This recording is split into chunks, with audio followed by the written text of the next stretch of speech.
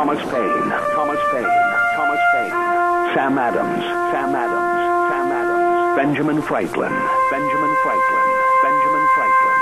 These men spoke up for what they thought was right. From their courage came such documents as the Declaration of Independence and the Constitution of the United States.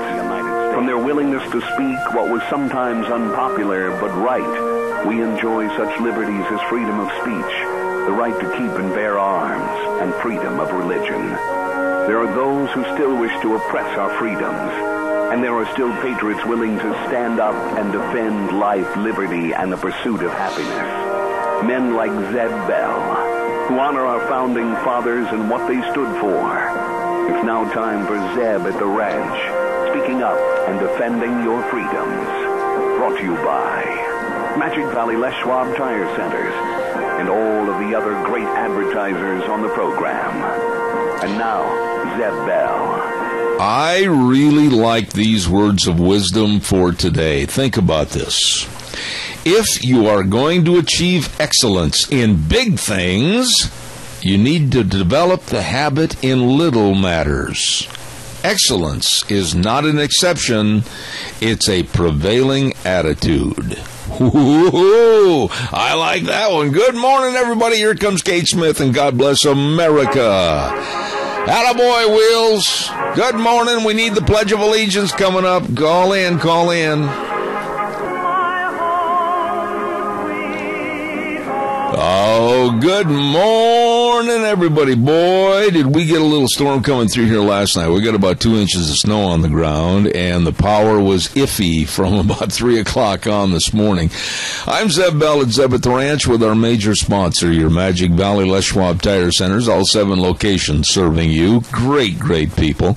Along with some of our great advertisers like Western Way Services, always at your disposal. Call, get on the route service to get rid of your garbage at 734-6969. Right now, let's get our Pledge of Allegiance taken care of. Good morning. Good morning. How are you today? I'm doing well. How about yourself? Well, it's a little wintry outside. Would you give us the pledge, please? I pledge allegiance to the flag of the United States of America and to the republic for which it stands, one nation under God, indivisibly, and with liberty and justice for all. And we will see you tomorrow at Lunch Bunch. God bless you, and thank you for doing the pledge for us. You have a great day. Thank you. Very nice lady right there. Thank you very much. It is time for the weather, and the weather is brought to you by Cheney Flooring and Home Design, 1228 Oakley Avenue in Burley. Look for the blue door. You know what? Some of their in-house tips for home decorating, the perfect antidote to the winter blahs is a shot of color. Red, oranges, everything cheer up, and they promise spring is coming at Cheney Flooring and Home Design. Carpet and flooring, kitchen construction, home decor items, whatever you need to make your house a home. Cheney Flooring and Home Design, 1228 Oakley Avenue in Burley. And now here's Gina with the weather.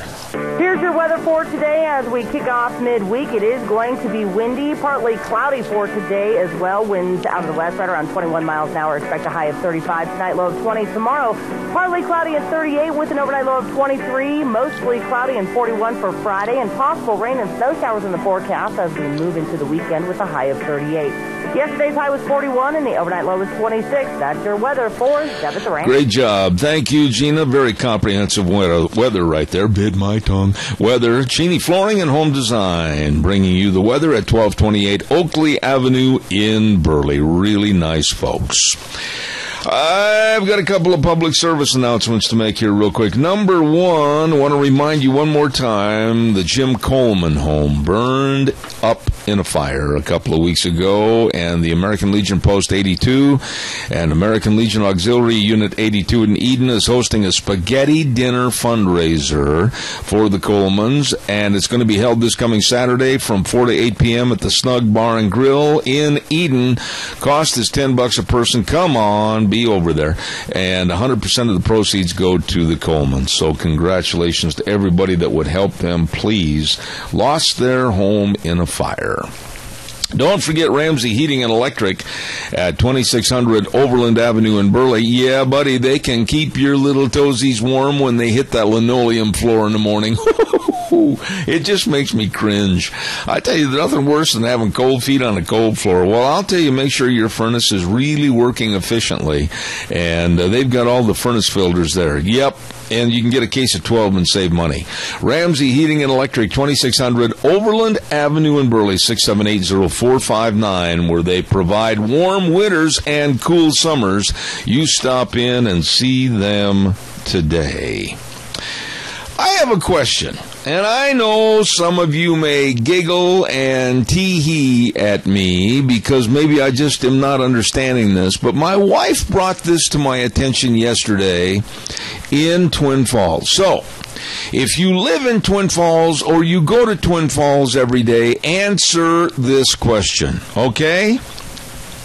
You're on Shoshone. Okay, you're on Shoshone.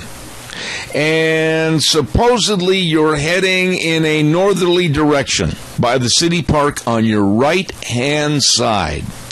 All right? You with me? Okay. And you pull up to that stoplight, that intersection by the old St. Luke's Hospital on the corner and everything. How come the road sign says, to the right, 6th Avenue East, and to the left, 6th Avenue North? I'm stumped. I need help. Now, I don't understand that. Deanne brought it to my attention, and she, of course, asked me because she thought I knew everything, and it really blew the bubble because I looked at that sign and I said, haven't got a clue. So, somebody tell me how you could be going east by turning right and going north by turning left. Okay, somebody out there that has the omnipotent wisdom and knowledge, please give me a call. All right, calls are welcome, 436-2244, 1-866-927-4587. Denny's Restaurant, oh, wow, I love the food. We've gone to both locations, 611 Overland in Burley and 291 Pole Line in Twin Falls. And, of course, Thomas runs and controls both of them with great staffs of people that really serve you. But I got to tell you that whether you're going in there for breakfast or whether you're going in there for lunch or supper, anytime, all the time, America's Diner is absolutely fantastic. You're going to love it. We're going to be over there tomorrow for our lunch bunch, our monthly lunch bunch, and this is the first one for 2016. So everybody be there. Going to have a fun time tomorrow at 11:30 at Denny's Restaurant. Always do. The food's great. 611 Overland in Burley. Stop in and have lunch with us tomorrow. All right, nobody's called yet, and so I certainly hope somebody has the answer to that, because now I'm really confused. How you could possibly be going down Shoshone, and the sign says 6th East to the right, and if you turn left on the street to your left, gosh golly, shouldn't that be 6th West? No, they've got 6th North. From this day forward, for another year, 365 days from this morning, Obama will close his door, hopefully never, ever, ever to return to any office again. Can I be more blunt? Enough of his absolute destruction of America. The man is very offensive. The man is very arrogant. The man is very ego-centered. The man is very cynical against this great country, America. Those are just a few of his character flaws and negatives as far as I'm concerned. And we have one more year of waiting and worrying of really what, in big letters, what he will do to leave us with more problems. I honestly think we're going to see some devastating events occur. thanks to his pen and his phone. I know I'm sounding really negative against him because that's the way I feel about him. I don't like the man, never have liked the man, don't trust the man, hate his ideology. What more can I say? And a little note to all the people out there back in 2007 leading up to the election in 08 that thought he was so wonderful. Oh, my goodness, he can walk on water. He knew where the rocks were. And I wonder if you really took an honesty poll of the people, and I've got all their emails. Oh, man, I saved every one of them. All you locals out there that hated me for my not wanting Obama to be president, you sent me those nasty emails, and I saved every one of them. Yes, I did. Why? Oh, I guess I'm a little vindictive because someday down the line, I'm going to be proven 100% right about this man. And I saved those. But I wonder if you took an honesty test today. How many of you could really honestly say that he has been a even good president? Give me a call, 436-2244, 1-866-927-4587. While I'm waiting for your call that I sure hope comes in, because I just love talking to you, Minnecasia Sales, they bring you Dr. History every Tuesday on this program at 10:06. Yesterday, it was an interesting story about some of our early mountain men and everything. I enjoyed that one. Tough people. Minnecasia Sales, they're tough too. 1321 East Main Street in Burley, right across from the airport. Open the doors at 8 in the morning, close them at 4:30, Monday through Friday. And let's talk a little bit about windows. Holy smokes, that wind was blowing early this morning, and the snow was blowing, and oh, it was cold. Well, keep the heat on the inside and let the cold stay on the outside with the Western Windows from Minnecasia Sales. Yeah, buddy. 1321 East Main Street in Burley, and they bring you Dr. History. All right, calls are welcome and appreciated. 436-2244, 1-866-927-4587. Did you see that video of the mom that, let me kind of set this up a little bit, and I apologize because I caught it in passing. I was just walking out of the living room early this morning at about 4:25, and I just caught this out of the corner of my eye on the TV screen. A mom pulls into a gas station, and I thought they said it happened in Texas. I could be wrong. So I'll leave that open for correction. But she goes into a gas station and gets the gas, or she's going to go in and pay for the gas to self-serve at the pump.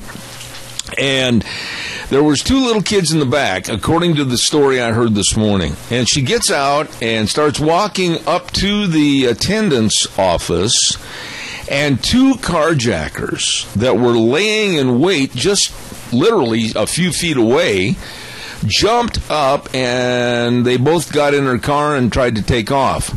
Not with this mama. Oh, my. Somebody better hire her as a security guard, because she ran over to the car, and I think she was from another planet where Superman came from, because she grabbed the door handle, ripped the door open, and reached inside with the other arm, and I'm talking didn't pull him out, threw the driver out of the car. This was, in all instances, one teed-off mad mama. And she threw that guy out of the car with one arm, and I thought, look out for her. And the other guy, in fright, decided that possibly carjacking wasn't a good thing to do that day. So he jumped out and he ran away. Oh, he was brave. Yeah, they were real brave. Most people that are in bad situations creating a crime are cowards. But kudos to this mom. Oh, my. I'll guarantee you that those carjackers will think twice if they even see her in the vicinity. They're leaving Dodge City. Congratulations to her. Calls welcome, 436-2244, 1-866-927-4587. I had a call yesterday, and somebody said, did you start your therapy on your hip over to Burley Physical Therapy and Rehabilitation like you said you were going to on Monday? Yes, I did. And I got to tell you that Nick Greenwell and his physical therapist over there, man, do they know their stuff. I mean, I've got to brag on them. They know all about the different exercises and the sports therapy, and they've got the hydrotherapy pool, of which I'm going to be in tomorrow, as a matter of fact. And they know what's going on, and they can help you get back to being you. They're located at 1263 Bennett Avenue, Suite 2 in Burley, and the number you should call for an appointment is 678-1191. Burley Physical Therapy and Rehabilitation. Great people and very friendly, too. My goodness, come on, give me a call. I'm getting lonesome over here. Sarah Palin endorsed Donald Trump yesterday. You know, Sarah Palin, in my opinion, got the really, really bad draw of cards. I mean that. I think that lady is a very nice lady. I think that lady is extremely knowledgeable when it comes to politics. And I think because of the goons on the left in this country, she really did not get a fair shake in politics. That being said, she's endorsed Donald Trump, and Donald Trump's numbers just keep going higher and higher and higher. And I think it's really going to be interesting to see what happens in Iowa. And I think the contrast of what's happening with Donald Trump and his numbers as compared to the left with the magpie, Hillary, I can't hardly wait for February 1st, really, to see what happens at the Iowa caucus, and then moving on to New Hampshire. We may be seeing, hopefully, the demise of Hillary Clinton. Oh, boy, that'd be a treat. Don't forget Barry Equipment and Rental. Hello, boys. How are you? Eli, the old Packer backer, and the rest of them at all three locations, Addison Avenue West in Twin Falls, South Lincoln in Jerome, and 159 West Highway 30 in Burley. Yeah, Nick and Juan and the whole crew over there. Wow. I've been telling you, and I had a gentleman call me on my cell phone yesterday asking about some of the equipment. They're going to be phasing out some of their rental fleet, and you can absolutely save a bunch of money on Coyote tractors and Bobcat equipment. Oh, my goodness, and they've got great financing options available. You better stop in there and see them today. They have all the equipment to get the job done right. Barry Equipment and Rental. Addison Avenue West in Twin Falls, South Lincoln and Jerome, and 159 West Highway 30 in Burley. Barry Equipment and Rental. Excuse me. That old cough refuses to take residence someplace else, and I apologize for that. Calls are welcome. I'd love to have a call so I didn't have to do all the talking. Give me a jingle at 436-2244, 1-866-927-4587. As you may not be aware this morning, I woke up and, as I said, it was a little iffy with our power situation this morning. We had those little dings, where the power kept going on and off, and so did the TV, but at about 4:05, I heard about how in at least 10 states there have been bomb threats and shooting threats against schools. And now it is said that the menacing phone calls are on a robocall basis, and also many of the menacing and dangerous emails have been sent to certain schools and school districts. And I am so upset about this. You should be too. Could happen anywhere in the United States. These absolutely ridiculous, but yet you have to take those threats seriously. And they are terror-causing threats. Students, absolutely, they can't sit in a classroom and concentrate on their studies. Teachers can't stand up at the head of the classroom and conduct their classrooms the way that they want to because of their worries and their fears. School boards, principals, superintendents of schools, all on edge, all over these threats. I certainly hope they find out who triggered these. And I know they've been in various states, Iowa, Pennsylvania, Massachusetts, Delaware, Washington. They've been all over the country, and they have to take these things seriously, but I certainly hope they find out who and where and nail these people. Calls welcome, 436-2244, 1-866-927-4587. I'm starting to get kind of a lonely feeling here this morning. Let's see, what else have we got here? Oh, did you hear that some of the blacks in the media, on television and, of course, on the movies. I'm trying to get my piece of paper here. I had it, and now I lost it, which is something not unique. Here it is. Actors that are upset because perhaps some of their friends or themselves did not get nominated for Academy Awards. Some of them are crying foul and saying, well, we're going to boycott the Academy Awards. We're not going to be a part of it. We're just going to absolutely cause all kinds of trouble. I'm sick of this attitude. Now, I know there's going to be some dim minds out there that are going to say, well, you're just racist. No, I'm being a realist. I go back to the old feeling that when you have actors like Sidney Poitier from the past, and you have other great actors of color like Samuel L. Jackson, even though I don't like his politics, and you have Morgan Freeman, and you have Denzel Washington, and many, many more. I'm sick and tired of this crybaby attitude of, well, wait a minute. Let's look at this list of nominees for Academy Awards. Well, there's no blacks on that list. Well, here there is on a supporting actor role or supporting actors, but not for the major big one. You know what?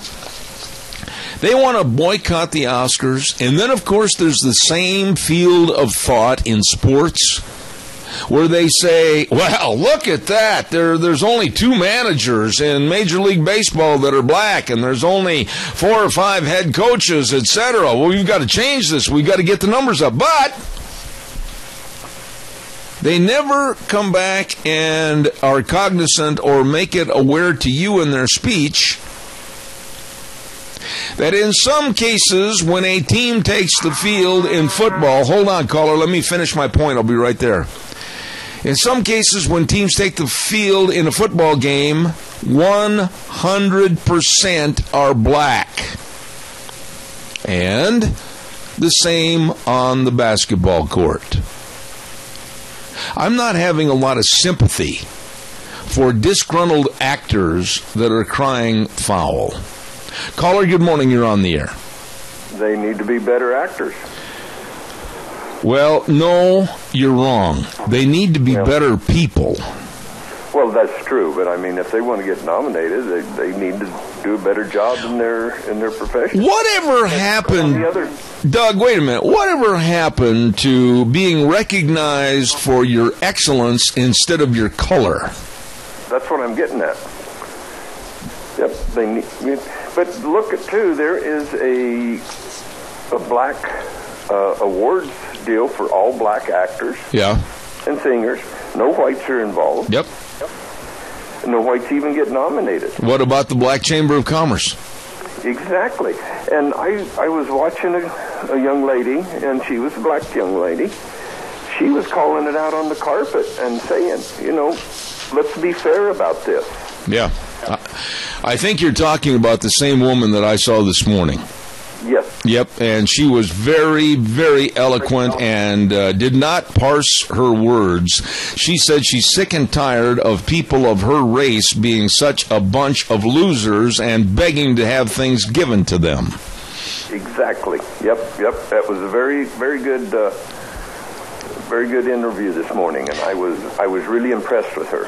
When I see a movie, when I see a movie with somebody in a certain role, I'll go back and I'll use Morgan Freeman. I think Morgan Freeman is an excellent actor. I don't like his politics. I don't like where he comes from, but he's an excellent actor, and I have the utmost respect for his abilities. And if he was up for an Academy Award or a People's Choice Award, I would absolutely vote for him. So, was there anything said there about a color barrier? No, just the quality of his work. Yeah. And that's the way it is in the United States. You should succeed on the quality of your work, not on the color of your skin. Okay, but now let's go one step further and go into the world of sports, which is a big mega billion with a B dollar industry. Why should owners of staffs, whether it's in the NFL, NBA, Major League Baseball, or whatever, why should they be arm twisted into making sure that when there's negotiations for another coach, oh, now, wait a minute, we're going to employ the Rooney Rule here to where you have to talk to so many blacks and you have to do this. Wait a minute, let's hire people on ability, and I don't give a rip about their skin color. Exactly. Like the Pittsburgh Steelers coach. He's a dang good coach. Yep. And he can stand up with the best of them. Yep. But he is a quality person. Yes. He's not there because of the color of his skin. He's there because he knows what he's doing. I look at Mike Tomlin with the Steelers, and I do not see color. I'm sorry. I see a coach that is really invested in the success of his team and the success and playing ability of his players, and I'm sick and tired of race coming into it. Exactly. It shouldn't. It shouldn't at all. And if they want to go be that way about it, say, okay, now in these basketball teams, we got white minorities now. We got to have at least 2 white players on the court at all times. Yeah, wait, stop right there. Wouldn't it be something if whites, all of a sudden Caucasians, started a counter suit, if you will, against teams? And wait a minute, the Patriots, they put on defense the other day, all black players. Let's take a look at this other team. I was watching 2 college games last night. There was not a white player on the floor. So now are we going to sue as on behalf of Caucasians to have our token whites play all the time? And, it's only fair. I mean, by George, you want to open up that can of worms? Let's open it up and dump it out. Yeah, let's be fair, boys and girls. Exactly. All right. Well, I appreciate your viewpoint as always. Did you have something else to say quickly? Because I'm way over on a commercial break. Well, I just wondered if you got that email I sent you yesterday with that video in it. I think DM mentioned it, but we had what's called in the old Western movies, bad day at Black Rock yesterday.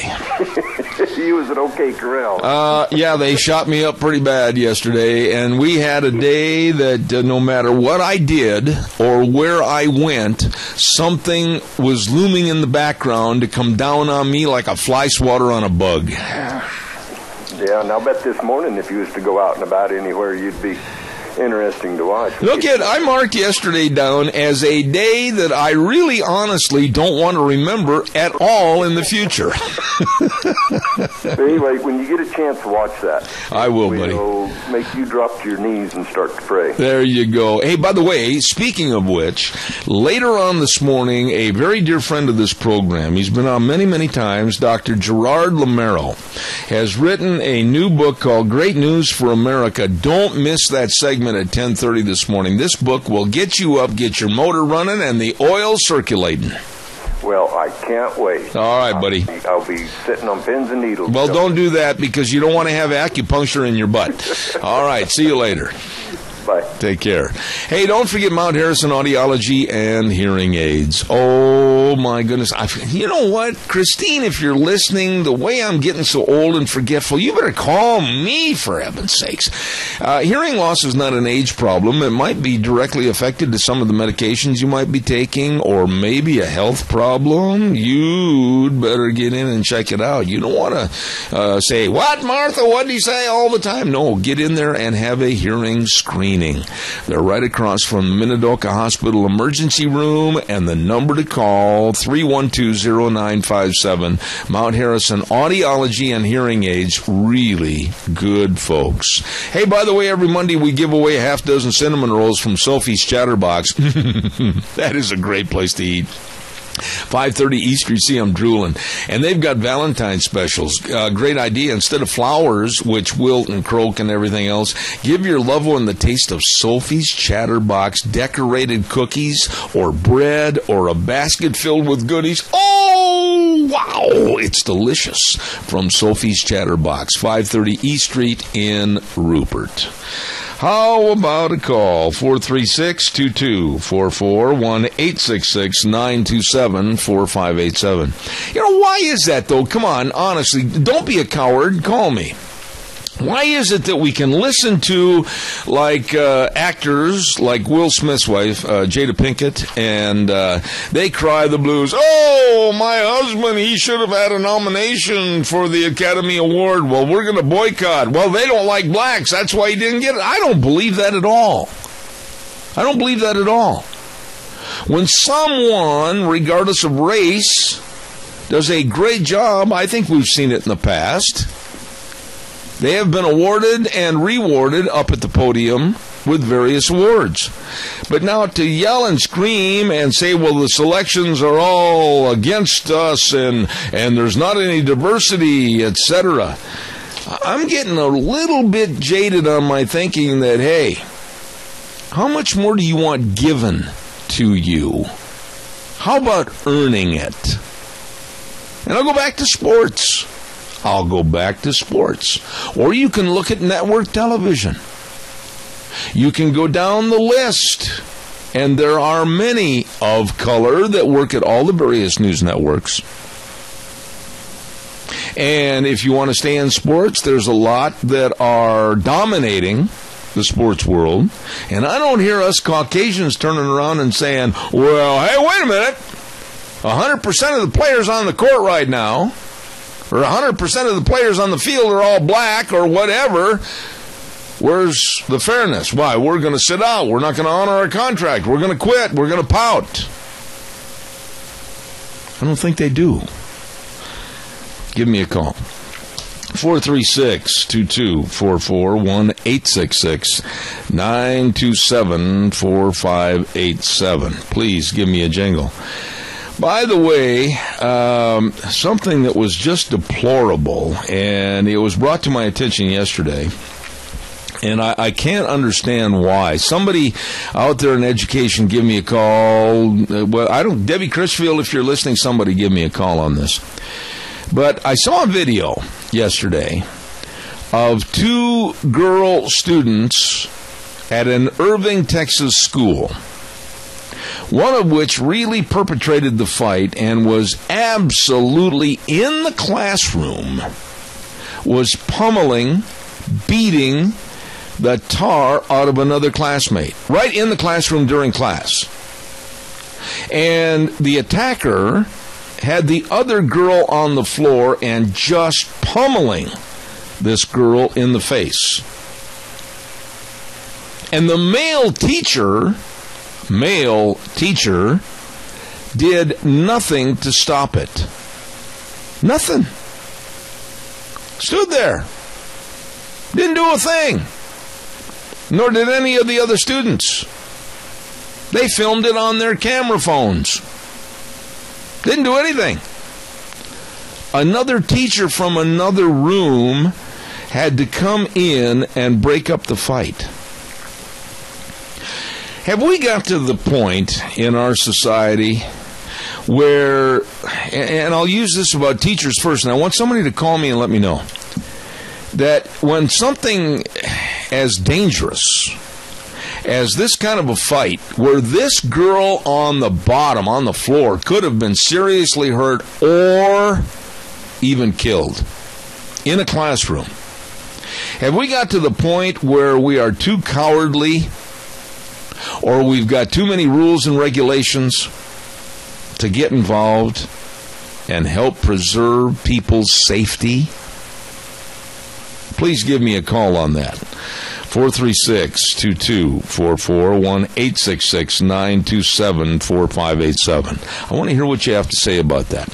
While I am waiting for your call that I absolutely am dead certain is going to come in just momentarily, I'm going to do the weather forecast real quick, and the weather forecast is brought to everybody by Mad River Laser. This morning I would have said the weather in one word, ugly. Well, it's changed a little bit. Mad River Laser, 502 East Street in Rupert, and boy, they can help you with the promotion of all your business needs. Let me tell you, they've got everything there you need.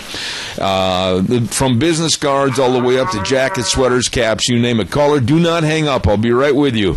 Mad River Laser, 502 East Street in Rupert. Absolutely the best. Caller, I'll be right there after the weather. Here's Gina. Here's your weather for today as we kick off midweek. It is going to be windy, partly cloudy for today as well. Winds out of the west right around 21 miles an hour. Expect a high of 35 tonight, low of 20 tomorrow. Partly cloudy at 38 with an overnight low of 23. Mostly cloudy and 41 for Friday, and possible rain and snow showers in the forecast as we move into the weekend with a high of 38. Yesterday's high was 41 and the overnight low was 26. That's your weather for 7. Good job, Gina. Thank you. Mad River Laser. Hello, Nicole. 502 East Street in Rupert. Bringing you the weather this hour. Good morning, caller. Thank you for your patience. Go ahead, please. Hi, Zeb. I saw about that girl getting beat up on the TV, and that teacher did get dismissed, they said. Yeah, but I didn't hear about the dismissal. But you know what? Why did it ever happen that way in the first place? I think that teacher should have been allowed. It should have never happened. Absolutely, but my point is, and let me ask you this: why was he so cowardly? Why were there rules and regulations where he can't break up a fight? Was he so afraid for his job and his tenure that he thought, "Oh my, if I touch either of these students, they're going to come after me and sue me"? Have we got to that point in our society? There's every possibility that he did think that because the students fighting were white. He was a black teacher. You know, let me ask you, how can we settle this? I mean, how do we fix this? Because let's say it was your daughter and my daughter, and they were in that fight. Wouldn't you want somebody quickly to jump in and break that altercation up? Definitely. The kids nowadays have no respect for each other or for their teachers or for anybody else, and it's such a sad situation. So what do we do, though? In the country is so much more worse under this president than it's ever been under any other president we've ever had. I couldn't agree more. I could not agree more. Thank you so much for your call. I appreciate that. God bless you. Good to hear from you. Thank you. Mm-hmm. Thank you. What do we do? What do we do? It could have been two guys. It has been in the past. They've had similar instances like this all across the United States. And I know of teachers back on the East Coast that are literally afraid to go to their classes. And what do we do? Why are we letting the animals run the zoo? Something's got to change. Little Johnny and little Stevie and little Mary and little Janie, they're not angels. They're not angels.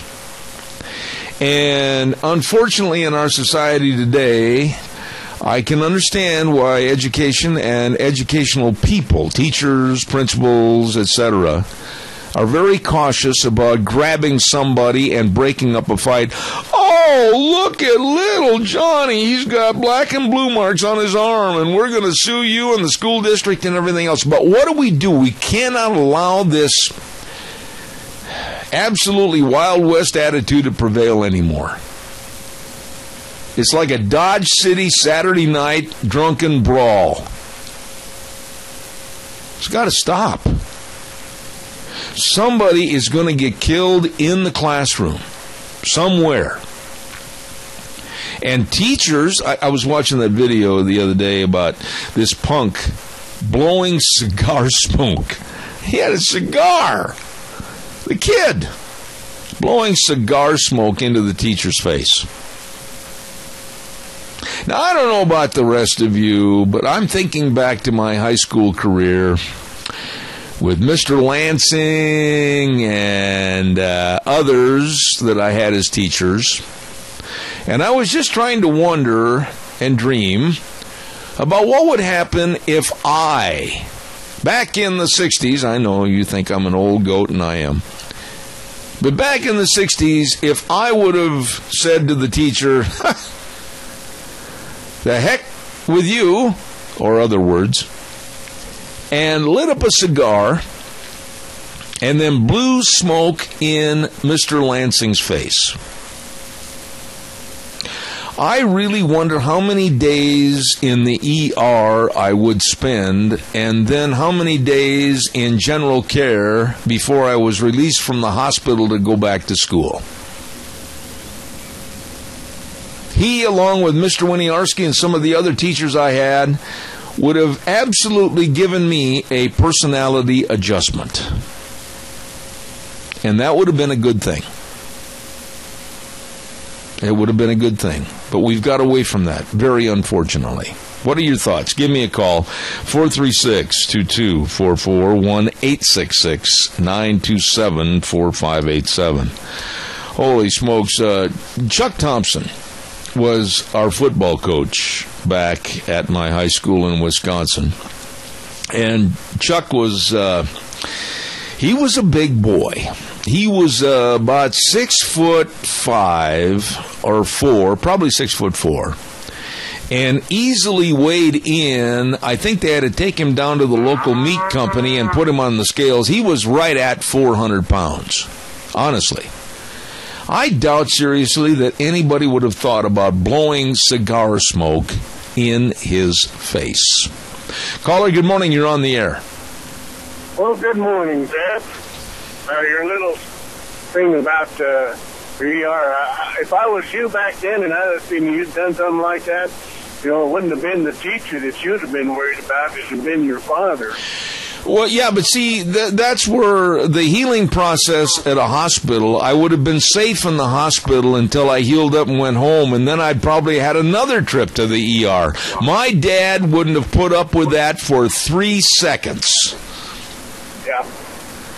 Well, the attitude today, that, at least from what I get, what I hear, is that the teachers are afraid of the students because they're afraid they'll get sued if they intervene in any kind of an incident going on in their classroom. Like not like when we were in school, where if you got out of line, man, the teacher took over and, like you said, it's ER time. Yeah.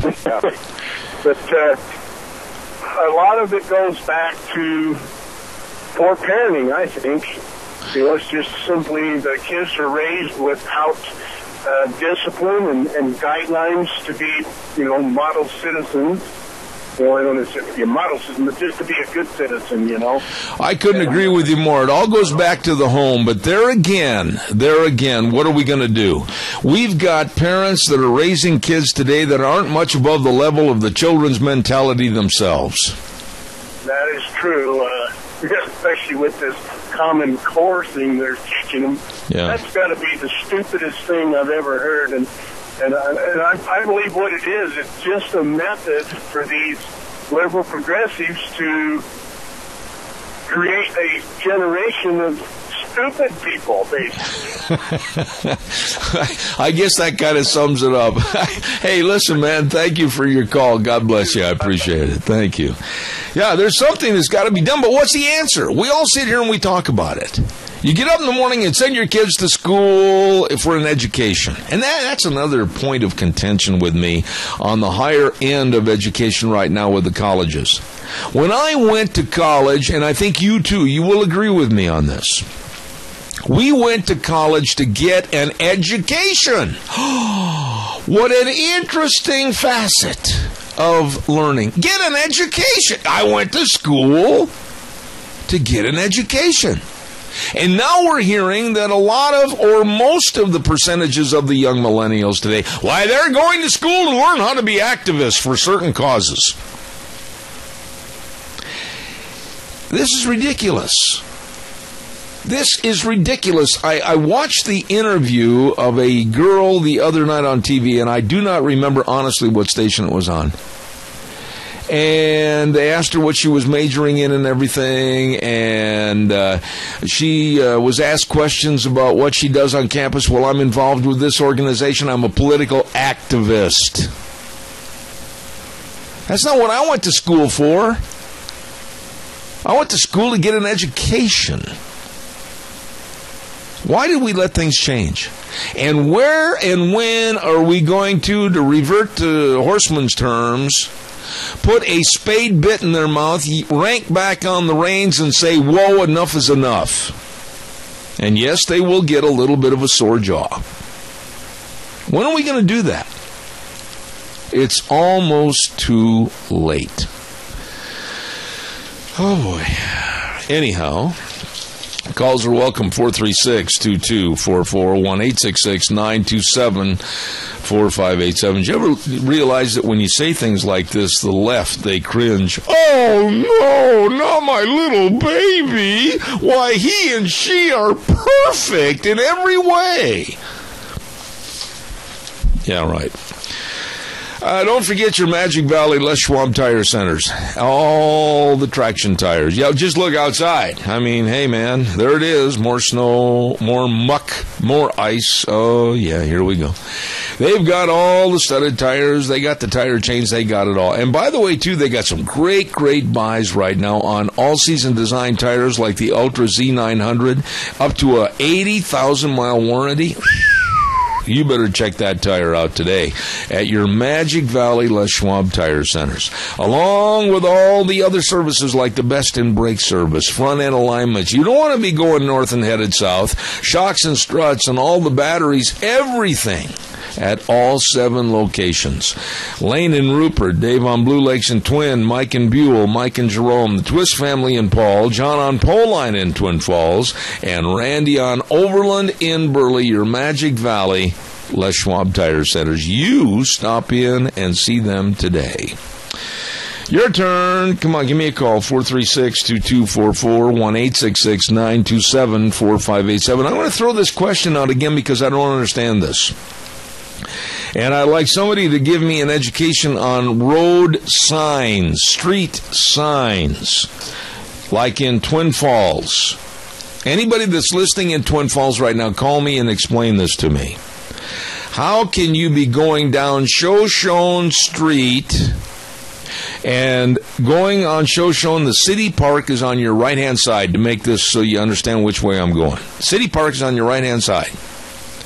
And you come up to the intersection of 6th and Shoshone. And the street sign says 6th East to the right and 6th North to the left. Did we change the compass and I missed that meeting? Somebody give me a call. 436-2244, 1-866-927-4587. Come on, give me a jingle. By the way, how many of you out there this morning have seen the movie 13 Hours? Now, I have talked to a lot of people the last couple of days, especially on the East Coast. When I visit with these various folks in New York and Washington, D.C. at various think tanks, where I call and I have them organize a lot of the guests for my program, they have seen it and they said it was absolutely, if it was a 1 to 5 star movie, they said 5 stars. They said it is absolutely excellent. And then the loony left is coming out against the movie, and this is what I want you to tell me if you've seen it. I have not had the time to go see it, but I've heard that the loony left is all up in a tither, saying that the movie was made to denigrate Hillary Clinton. Now, I have not heard that from anyone. I don't even think they said her name was mentioned in the film. I don't think it was. But the left is always out there trying to protect their own, be that as it may. And they said that it was basically centered around denigrating Hillary. So for somebody out there that's seen that movie, Give me an honest appraisal of it, because I have not heard that whatsoever. Appreciate your calls. Now, here's what we got planned for the rest of the day. Next hour, we're going to be talking to Dave Bigo back in Indianapolis, Indiana. And then at 9:30, we're going to be talking to a wonderful husband and wife dynamic duo that have done so much for the potato industry here in the state of Idaho. Carlene Hardy is going to be on the phone with us. And then at 10:06, one of my dearest friends, Jack Euler, is going to come in the studio, and we're going to be talking about how other states now are sharing in the fear of the reintroduction of wolves in their state. And he's going to be on at 10:06. And then, like I mentioned earlier, you don't want to miss the 10:30 hour. I have not had a chance to read the book in its entirety. I started yesterday. Great news for America. Our dear friend, Dr. Gerard Lamero, is going to be on the air at 10:30 this morning. It's a wonderful, wonderful book, and he's going to tell us the basics of it at 10:32 this morning. So, that's what's going to be happening. Looks like the weather is going to be a little yucky. Prepare for it. Drive carefully out there. It may be very slick, and we're going to turn this back over to Wheels right now, and he's going to take us into CBS News. Following that, we're going to come back with a lot more fun. Don't forget, you're listening to Zeb at the Ranch. Make sure that you're hearing everything. Contact Mount Harrison Audiology for a hearing screening. Call them today at 312-0957. Got you covered. Wheels, take it away. We'll be back after the news.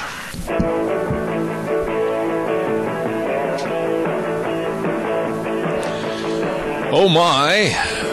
Here we go. Hour number 2. Man, oh man, oh man, oh man. It was a chilly, frosty, snowy, windy, basically your ugly morning earlier this morning, and it's starting to shape up a little bit. Blue sky coming in. Hey, I'm looking forward to that. Zeb at the Ranch, I'm Zeb Bell with our major sponsor, your Magic Valley Les Schwab Tire Centers, all 7 locations serving you, along with our dear friends and advertisers, Western Waste Services. From the canyons of the Snake River and all across southern Idaho, we're always your disposal.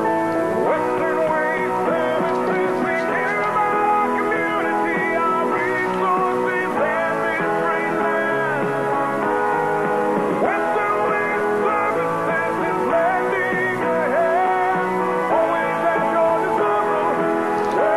Western Waste Services. Thank you very much, and don't forget, like I mentioned the other day, they have dumpsters in various sizes. You can get one of those dropped off, fill it up, and they will come and get it. I'll tell you what. Let me tell you that if you're going to be cleaning out the basement or the garage or your office, oh boy, there's an incentive that I need to have. Oh my, I don't think they've got a dumpster big enough for this one.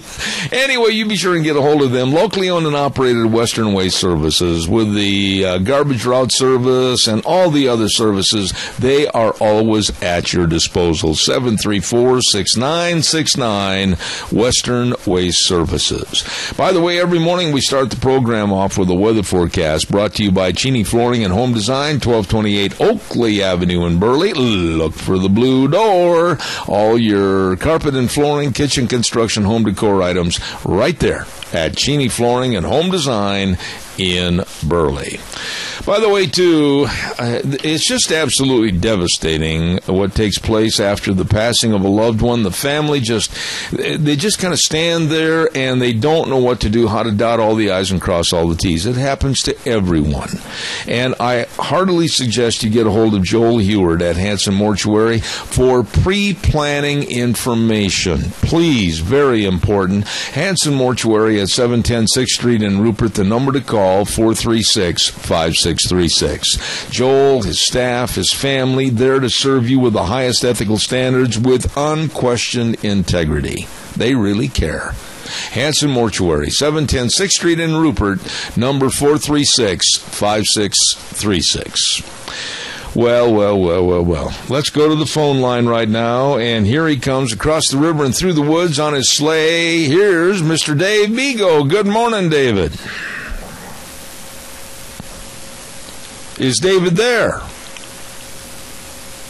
He should be home. Oh, yeah, Wheels, what's going on over there? Hello. Seem to have lost Dave Bigo.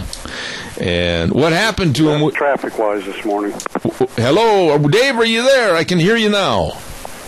Yeah, can you hear me? Yes, I thought maybe you were hung up someplace. Somebody had duct taped you to the wall or something. No, they know better than that. No, I was answering, we have the same type of weather here in Indianapolis that you got out there this morning. Oh, my. Now, is your office right in downtown Indianapolis? I have never, of all the states I've been to, I've been through Indiana, but I've never been to Indianapolis. What kind of a town is it? Give us a little background on the environment in Indianapolis. Well, it's a lot different geographically than out there. Obviously, we're in the flatlands here, and but Indianapolis is a city of about 1.5 million people, and it's a vibrant city, and it's surrounded by an interstate, and then has two interstates crisscrossing through downtown, and then right in the middle we have what we call Monument Circle that honors our veterans and the wars and that. And it's just, with this kind of weather and much traffic as we have flowing from the suburbs downtown every day, and vice versa, it's just a mess with all this snow and that out here. I'll bet it is. By the way, I've always wanted to ask you, and I never have, the movie Hoosiers. How much of that movie was really based on fact? Give us a little background on that. That's one of my favorite movies of all time. Well, it's interesting that you brought that up. I'm not sure why you did, but there is a thing in the news here yesterday that they are trying to preserve the film from the original film from the games when they were won back in 1953, 51. And they're asking for donations to save that, and that's when Milan upset Muncie Central to win it was actually the 1954 basketball season. And I've met Bobby Plump, the guy that's hit the winning basket. Yes. In fact, I've got a signed autographed basketball by him. And what you hear about it and what you see in Hoosiers is pretty much to the point. True. Now, the interesting thing about that movie is that it's what America should be. I mean, it shows the goodness and determination and talent, whether you have it or not, but if you get out and give 110%, you can win. I love that movie. I bet you, honestly, I have seen it at least 30 times. Yeah, it really is, and I think, as you say, and I think people that have grown up in Indiana, especially my age, and understood how important basketball is to Indiana, and the fact that we as youngsters grew up and we had to work hard and play hard, and we could persevere over more talented people. And when you meet the people from the team, and I've met several of the players from the team, by the way, we had we own Maple Creek Country Club in Indianapolis. Right. And we actually had a fundraiser to help Indiana basketball, not IU, not Indiana University, but Indiana basketball in general. And Ken Benson, who was on the IU 76 championship team, the center, when they went 32-0 and won the championship, he's become a friend of mine, and we helped him put together a fundraiser out of Maple Creek. And we actually had 4 or 5 of the players, including Bobby Plump, there at the luncheon beforehand, and signing autographs and other things for people, and meeting these people. They're the salt of the earth. They really are. You can tell they've worked hard all their life and they've done the right thing. And this is what we need more of in this country. You know, let me pursue that a little bit, and for some reason we've got a little waiver on the phone line, Dave. I apologize for that. I don't know what it is, but I'm having a little trouble hearing you sometimes. But let's talk a little bit about that film and the coach in that movie. There's been a lot of inspirational sports stories, but this coach absolutely came from kind of a checkered past to coach this team, and it was kind of the last hurrah for him if he failed. And he took these kids as one of the smallest schools in the state, and they beat the big boys. And it doesn't happen that way anymore today because they've got the different classifications. But this really must be some history back there that Indiana in general is very proud of. Well, it is, and to be honest with you, I'm one of those that wish we would, I really don't like the different classifications and that. I wish we'd go back and everybody has a shot at winning the big one themselves, because you just never know. And I've seen over the years teams that have won, the top division, that I'm not sure they could beat teams in the second division. Mm-hmm. But it's... We still have a great tradition here in Indiana, even with all the different divisions we have, but it's not quite like it used to be. You know, one of my favorite lines in the movie, and I know I'm off track here this morning, is when the coach goes up to this one player and says, I want you to guard him so close you can tell me what kind of gum he's chewing. And about 5 minutes later, when the kid comes off the court, he looks at the coach and says, Dentine. Yeah, it's interesting how they portrayed that and did that in the movie. But, there's a lot of coaches, and I have to tell you, my coach in high school, he was a lot like that. He got right in our face, and he worked us hard, and he made us better players than that. And sometimes I think anymore, Zeb, and it's filtering down from our politics into schools and that. We're too politically correct even in the sports arena.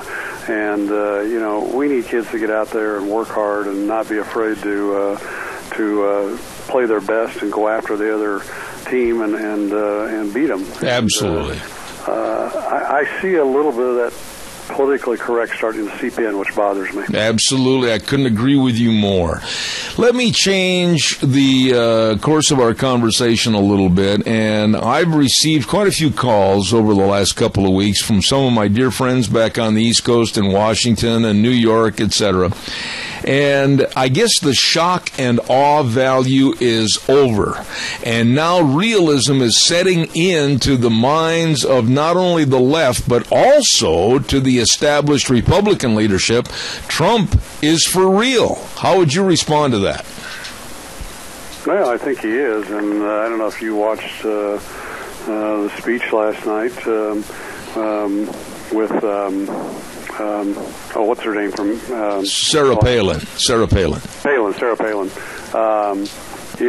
She really went after him, and she really highlighted a lot of things that he is, and she kind of, her language is a little raw at times, but she kind of exposed the fact that in a lot of cases he wasn't as bad as what some people are saying he is, and that they're just trying to go after him and bring him down. And what I liked about it, though, and I don't know if you noticed this, as she was making some of these comments, we saw more smiles on his face, and he seemed to be more of a engaging type of person while he was watching her speak, and I think that's going to help him. I really do. Oh, I think you've hit the nail right on the head, and I'll back up to the last debate.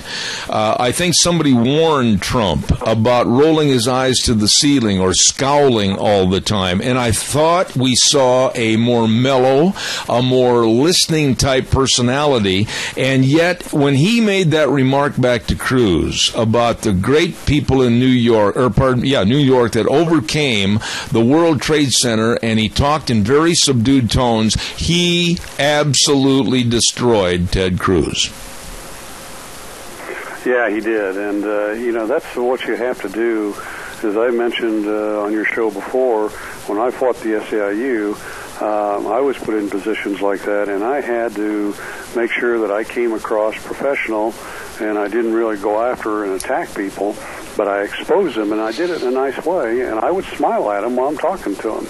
And, and on the people on the other side got to realize that, this guy's not such a bad guy after all. what some of what he says makes sense, and people start listening. And I think Trump is starting to realize that, and he's getting there. What do you think is going to happen, though? I mean, a lot of people are saying that the Iowa caucus, because of the structure of how they do the caucus, it's not just your voting machine type mentality. And then going on to New Hampshire, honestly, I've been talking to some people back at Media Research Center, etc. They think it's going to be a slam dunk. They absolutely think that Trump is going to go out of the first two victorious and just sweep this thing. Do you think that's possible? Well, I think it is. When you look at the rest of the candidates, nobody is really stepping up and able to challenge him, and they really don't have. It's like Ben Carson. I like Ben Carson, but he just doesn't have that charisma to really attract people. And Cruz can be over the top at times. His attorney type of approach, and Jeb Bush, I think, is just unfortunately Jeb is just. He has just painted himself out of this thing. So, no, yeah. I think it could, real quickly, I think he could jump to the top and this thing could be over with. Let me ask you, though, Dave, you're a very nice person. You've got a really good personality, and I enjoy visiting with you on or off the air. Donald Trump, he can come on as a brash, arrogant, very ready to throw the fists up in the air, attack you type of guy. And he's had many, many confrontations with the media, many, many problems that people said, oh boy, that's going to bury him politically. And he comes out of it unscathed, and his poll points even become higher. Nobody else anywhere on the Democrats or the Republican side, I think, can have that kind of luck.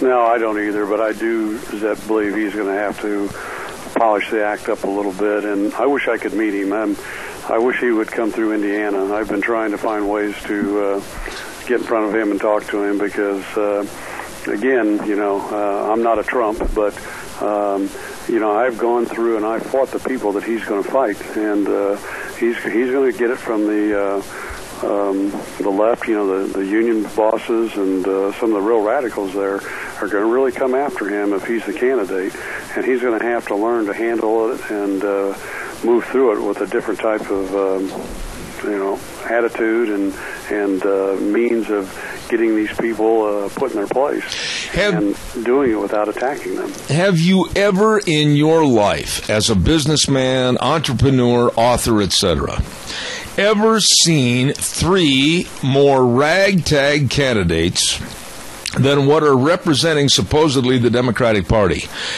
Over on the far right, left on the stage the other night, you had Martin O'Malley. He has no business being anywhere close to a presidential debate podium. He doesn't have a clue.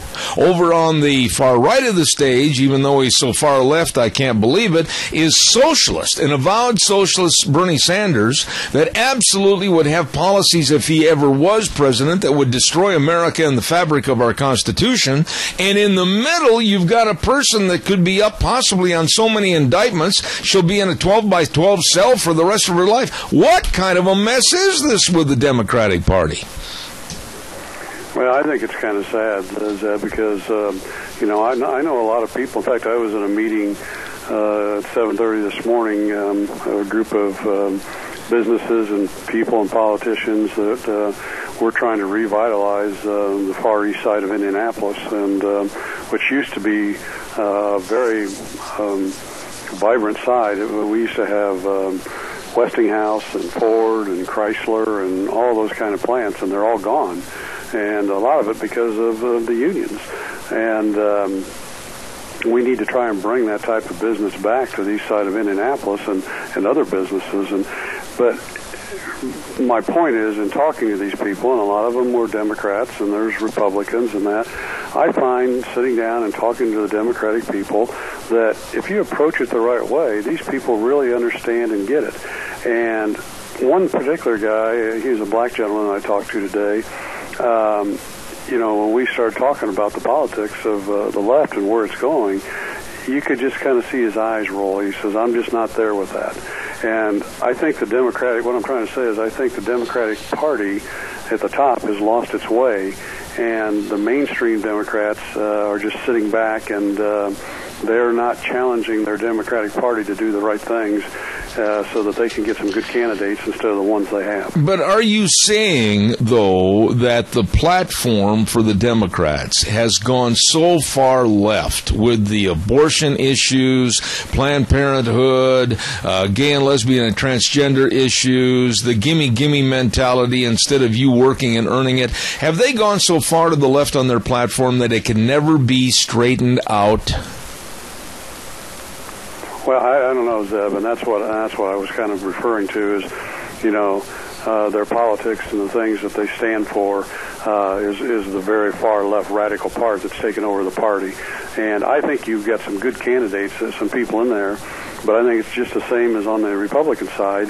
You need some people that stand up and say, we're not going to put up with this anymore, and we're going to do the right things, and we're going to, as Trump say, make America great again, and we're going to make our parties great again, too.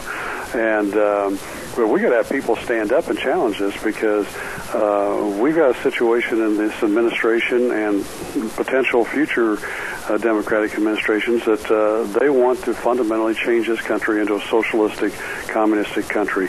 And we need to stand up as Americans now and stop it. Dave, last thought here this morning. In the last couple of days, it's been an embarrassing couple of days for this country, with the sailors, our United States naval sailors, being made to bow down and made to apologize. And then we've seen basically Iran, they're going to do what they want to do. They couldn't care less about a so-called nuclear agreement. This administration scares me because we're hearing so many things of laxity, that this administration has loosened up and given to the bad guys. What are your thoughts?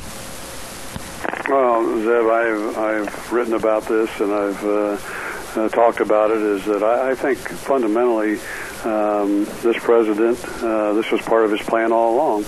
Remember, he says, I'm going to fundamentally change this country. And that's what he's trying to do. And he's still got, 11 months left. And it scares me what he can do in this next 11 months. And this goes back to my comment on backbone. We've got to have people in Congress, and not just on the Republican side, but on the Democratic side, both sides of the aisle, need to stand up and understand that we can't have people like this running our country and destroying it, that we got to get back to what made America great, our free market system, and if we don't do that, we're in trouble. And my concern, Zeb, is that I'm not seeing people on either side of the aisle really stand up. I mean, they ought to be impeaching Obama. Why aren't they doing that? I agree. Okay, final thought, and probably the most critical question of the day. You being a sports aficionado like myself, we're down to 4 teams. The Patriots in Denver and the Cardinals against Carolina. Your thoughts? Who's going to emerge victorious and go to the Super Bowl? I'm not sure, Zeb. That's after watching some of those games, and I was going to bring up Green Bay. What a great comeback against the Cardinals, and then losing it in overtime. It's just unbelievable. But I don't know. I got a feeling that Denver is going to come out on top this year. That's my final pick. You know what? It's crazy, but honestly, my heart is with the Denver Broncos because I can't stand the Patriots and Tom Brady. And even though they beat my Packers, I'm still in favor of the Cardinals. And because of Larry Fitzgerald, I think he's a great sportsman plus a great human being. Over the Carolina Panthers, they've got to grow up a little bit. So I think it's going to be the Cardinals against Denver in the Super Bowl. Well, and I hope so. And like I said, I think Denver, watching them, they just seem to, especially when they bring Manning back in and he brings that team back, they just seem to have that focus. And I hope they can do it. I think it's going to be one more for the Gipper, and the Gipper in this case is Peyton Manning. And I think after that last game, the Super Bowl, if they do win it, you're going to see Peyton. Of course, he doesn't have to work the rest of his life. He's going to probably go into broadcasting or whatever. Dave Vigo, entrepreneur, author, and just a doggone good guy. Thank you for being on the program again this morning. Well, thanks for having me, and I hope your weather clears up out there. And right back at you. Thanks, Dave. Take care. All right, bye-bye.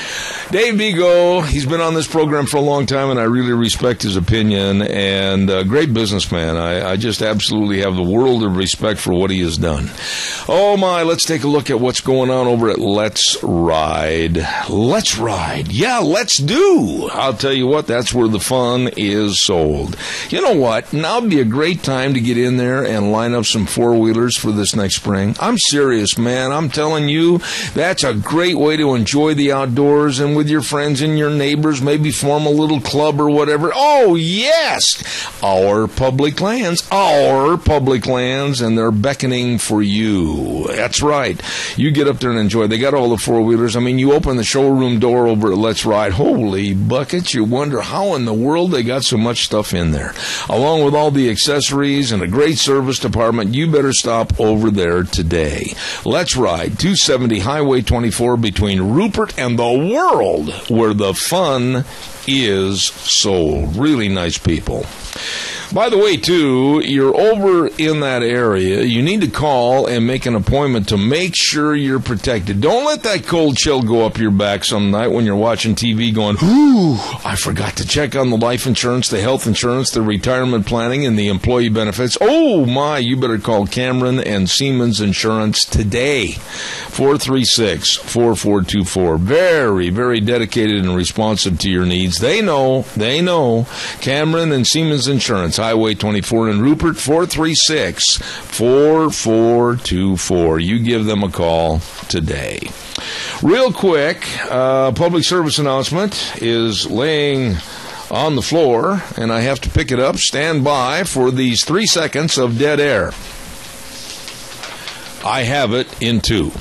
The American Legion Post 82 and American Legion Auxiliary Unit 82 in Eden is hosting a spaghetti dinner fundraiser for the Jim Coleman family.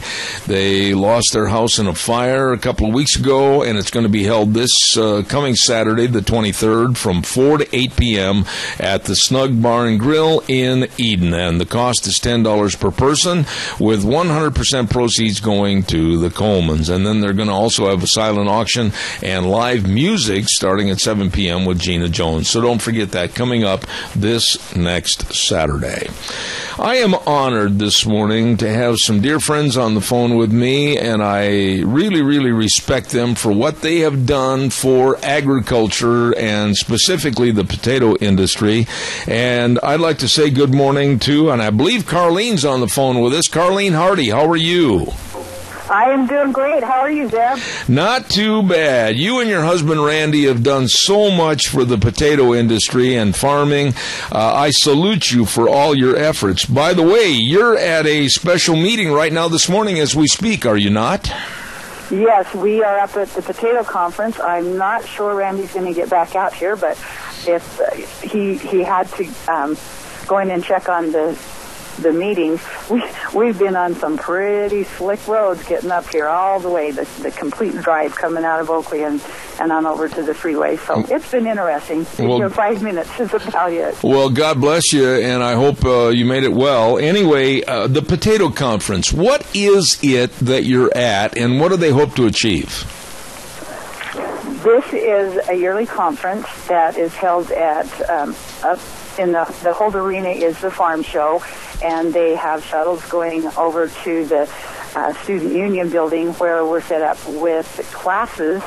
And I've got a list of all the classes, and I thought, man, reading through that's a lot of stuff that I don't need to know personally. But anyway, it's a yearly meeting, and we have represented in the auditorium special speakers on farm-related interests, anywhere from disease management to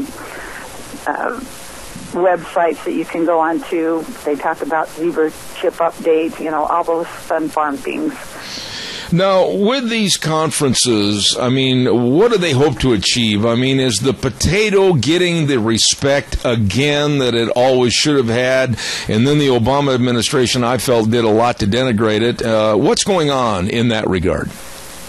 Yeah, I believe we are beyond the worst of it, and we are able to now go forward and attack things from the positive end instead of being on the defensive. So, yes, things have improved greatly. What about the potato itself? I mean, I absolutely cannot even imagine sitting down and having a nice big ribeye without a baked potato. I think it's one of the most wholesome foods in the world. Is there anything you'd like to share with us this morning about what you're involved in? I have never seen a husband and wife more dedicated to a cause like you and Randy. I appreciate that. I actually have a couple of things in front of me that I brought along. We, in order, like you're talking about the image of the potato, we have, it was this time last year that we came out with a salad bar challenge, and so it actually started in the middle of the summer, and this salad bar challenge is going to go to the schools throughout the United States, and we're working with United Fresh and Let's Move Salad Bars to schools.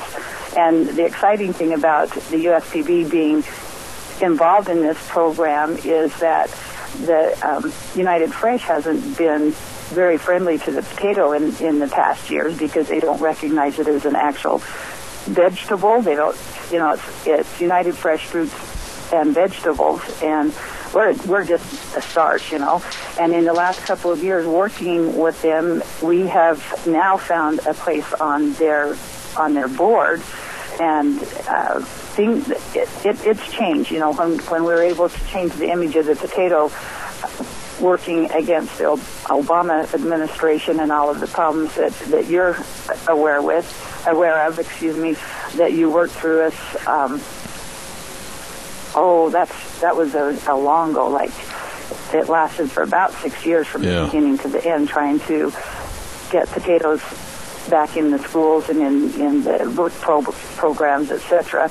Anyhow, through all of that, we now are on a positive note with United Fresh, and that's huge because they work with the food service programs in school nutrition. Let me ask you this, Carlene. With anything that is a negative and it's treated as something that is always going to be negative, how did you and the other members of your associations change the thought process so that there was a regained respect for the potato? How'd you do that? Our main goal was to use science-based information, and we have different groups that we work through. We talked about APRI before, and its Alliance for Potato Research, and we worked with Maureen Story, and she was the CEO, and we were able to go through science-based information and share that with the USDA, and that was what the battle was for so long. Is we were painted as negative and fattening, et cetera, and so they came through and they were able to prove that that's a myth and that the information that the White House was using was outdated and old, and they were even ignoring their 2010 dietary guidelines and went back to, I believe, 2005. And so they were using old information that was saying we got too many starchy vegetables and et cetera. And as we worked through all of that, the science-based information they finally started looking at and listening to. Now, it's interesting to have you on the program this morning because just this morning in the newspaper, I read a story about, the headline said, First Lady Michelle Obama and school meal directors may be headed for a truce. Without giving away the meat of the story, it sounds to me like finally the White House and especially Michelle Obama realized that you can't be dictatorial on how these kids are going to eat and what they're going to eat. Well, I think they're finally realizing that they're losing the battle, and I think that they wanted to be the heroes, in our obesity problem, etc. And in fact, what has happened over the last few years is that the child obesity has actually gone up under the programs that they set up, and they are finding that under the program that Michelle wanted, the foods were being thrown in the garbage can. Right. They didn't want to eat the foods that were given to them that replaced the starchy vegetables. You know, you said you had some other items that you wanted to get on, so what's the next item that you'd like my audience to be aware of this morning? Well, the salad bars are ongoing, and we hope to be able to have those integrated into the schools throughout the nation. And right now, just having introduced 6 months ago, right now the potato board is the number one in, especially as we're grower-based and a farmer group, that we've got the most salad bars in that program of any other group, and that's a positive. And with that, we are pushing the nutrition message along with actually having the salad bars there and available.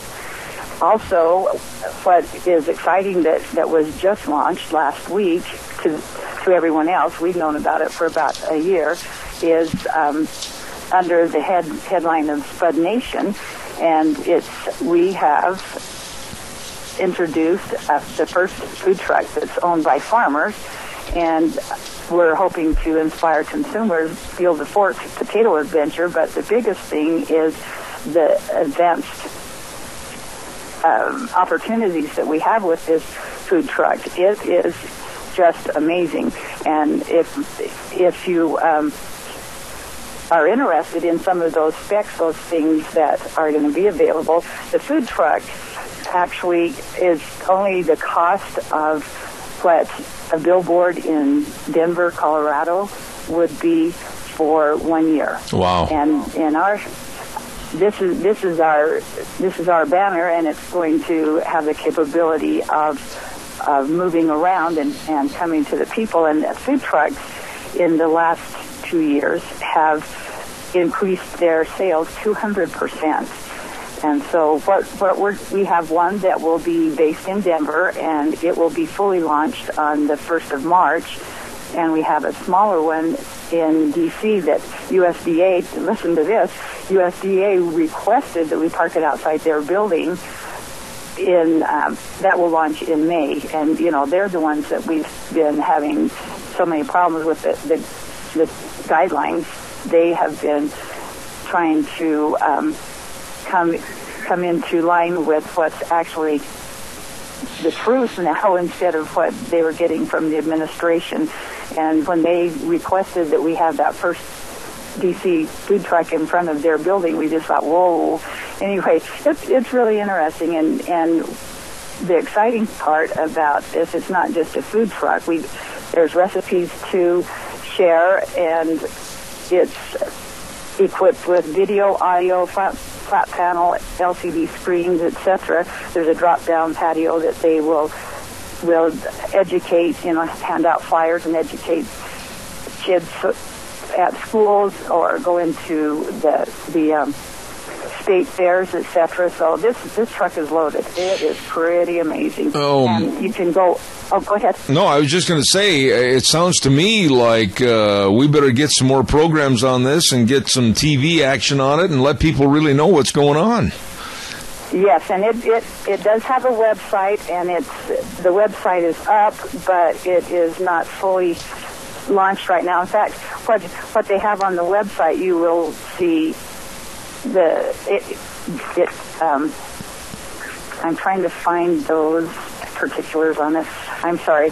It is going to be, you can follow it online. It has GPS. It's just amazing. Wow. And you can actually watch what they're doing in the food truck and follow that part of it. But right now there are 7 dishes that we're doing, 7 recipes, and that will be changing. You can be interactive with it and tell them what you would like to see on the Spud Nation food truck.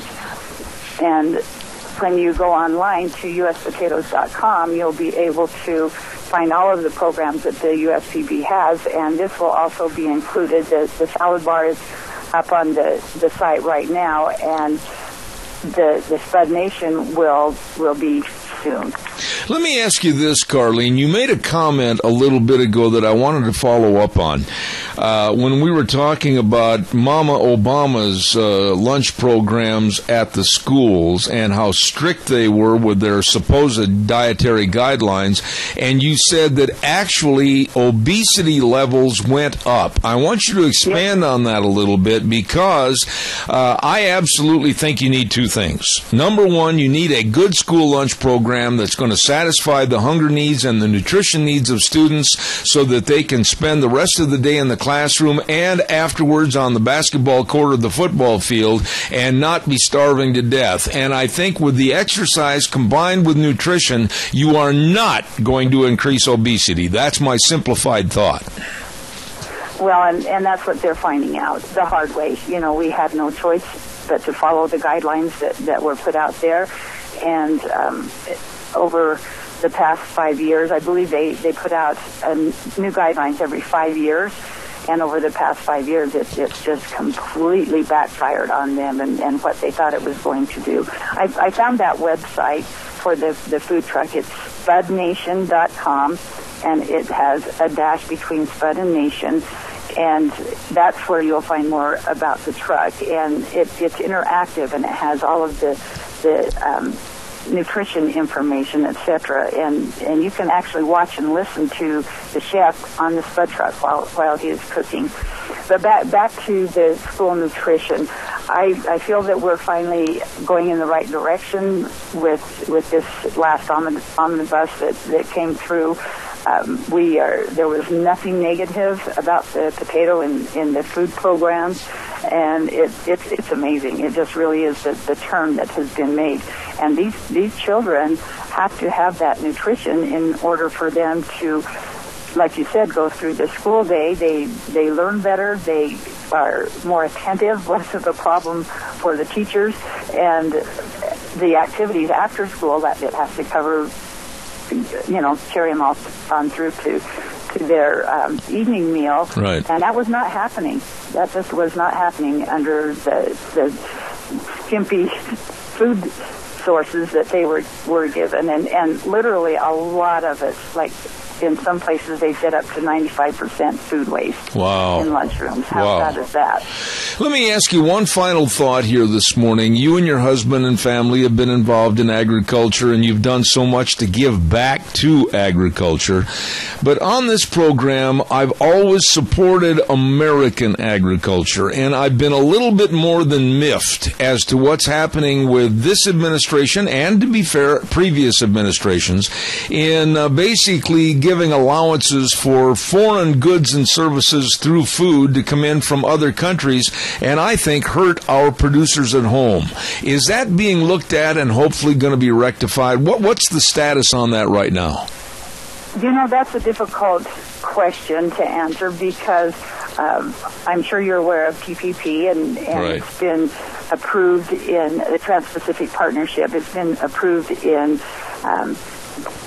let's see, it got past the first hurdle, and it is up to where it can be passed in, I don't know if it's the Senate or where it is, and I know that Obama is for it, and the Republicans were for it, and the Democrats against it, and you can talk to any set of people, and they're not real sure, because what that does is opens trade between them and the United States, and those that are saying, yes, this is a good thing, we've got to get this done, it would open up countries, it will knock down the barriers that we have on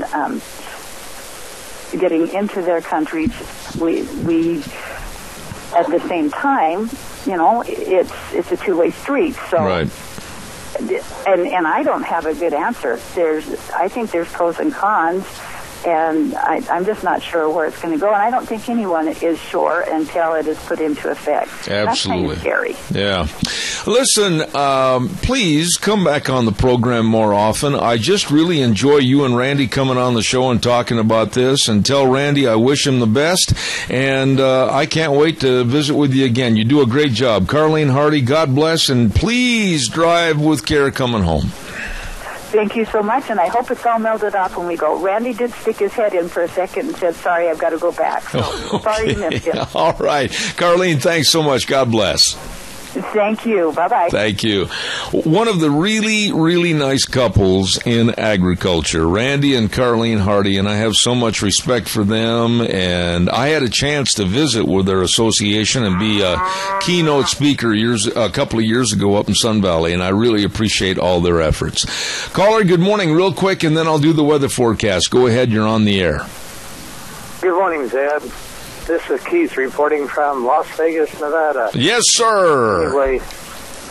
Anyway, last night I want to personally thank you for the 45-mile-an-hour speed limit past your house.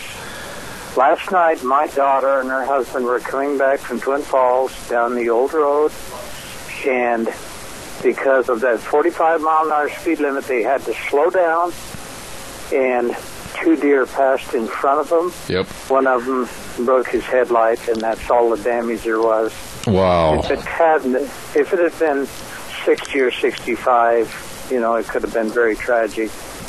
Well, I really appreciate and respect that. I know that we have had a lot of animosity against, when I say we, the neighbors and myself right here have had a lot of animosity against us.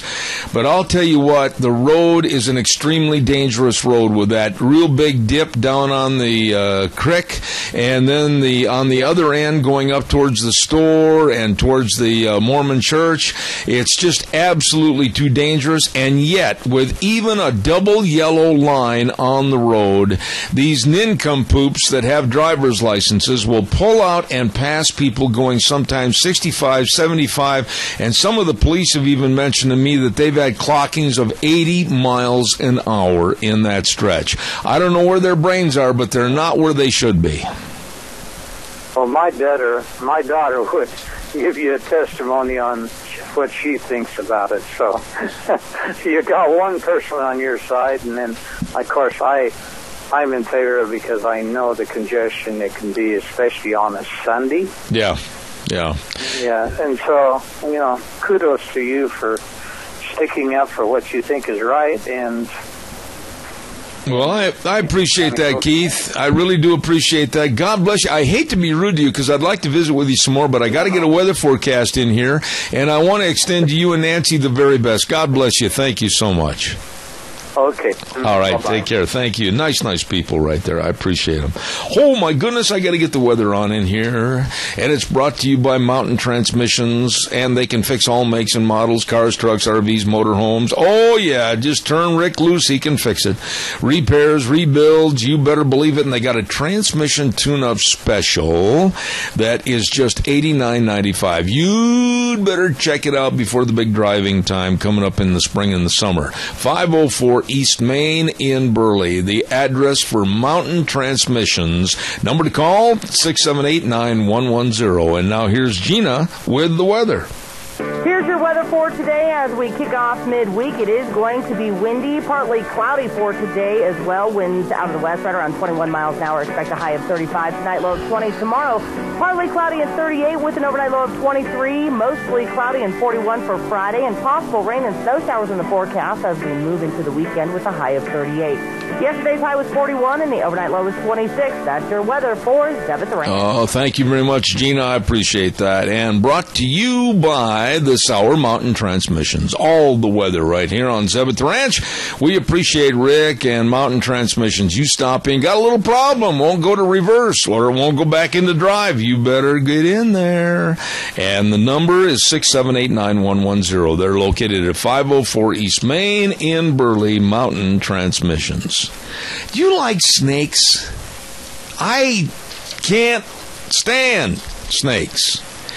And now, down in the Everglades and surrounding area, I was reading this story in the paper, and then as my luck would have it, and I mean luck in a bad sense, I don't even like to see snakes, they had a TV special on this, that they have got so many pythons down in this respective area of Florida, around the greater Miami area, etc. So many pythons, literally counting into the thousands and thousands of pythons, that the pythons are eating and swallowing everything, including small ponies and dogs and everything else. So they've organized a great big python hunt for Burmese pythons, some of which are over 20 feet in length and bigger than your leg around. Woo! And they've got over 600, let me get the numbers here. They've got more than 600 hunters that have registered to go out in the swamps and everywhere else and try to get these Burmese pythons. Are you kidding me? Well, on the TV deal they got a guy here by the name of Jeff Fobb, and they're showing the safe technique for handling Burmese pythons. Now, the one that he's handling in front of this little crowd is roughly, it looks like about 12 to 15 feet long, and again, as thick as maybe the calf portion of your leg. Oh, yeah. Learn how to handle them? Oh, yeah. Can't wait. Yeah, bring it on, Jeff. Bring it over here. Yeah, you betcha. But anyway, they're so concerned now because ecologically they're destroying the balance of nature down there. People have been flushing these Burmese pythons down the toilet. They were their pets, if you will. And they've been flushed out into the septic areas, etc., and they have flourished in numbers. And now they're up into the many, they can't even count them. They said there's thousands upon thousands upon thousands. So they've got to liquidate some of their numbers. And like I said, you have to sign up. And the hunt lasts for 30 days. And there's thousands of dollars in prizes for the people that bring back the most.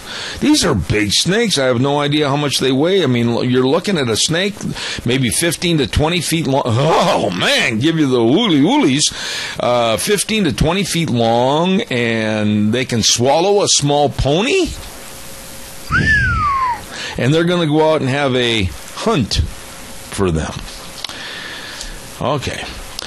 All right, let's see what we got coming up next hour. My next guest always shows up on time. As a matter of fact, he always shows up early. Maybe there's a tray of food out in the other room. That's why Jack Euler will be with us this next half hour.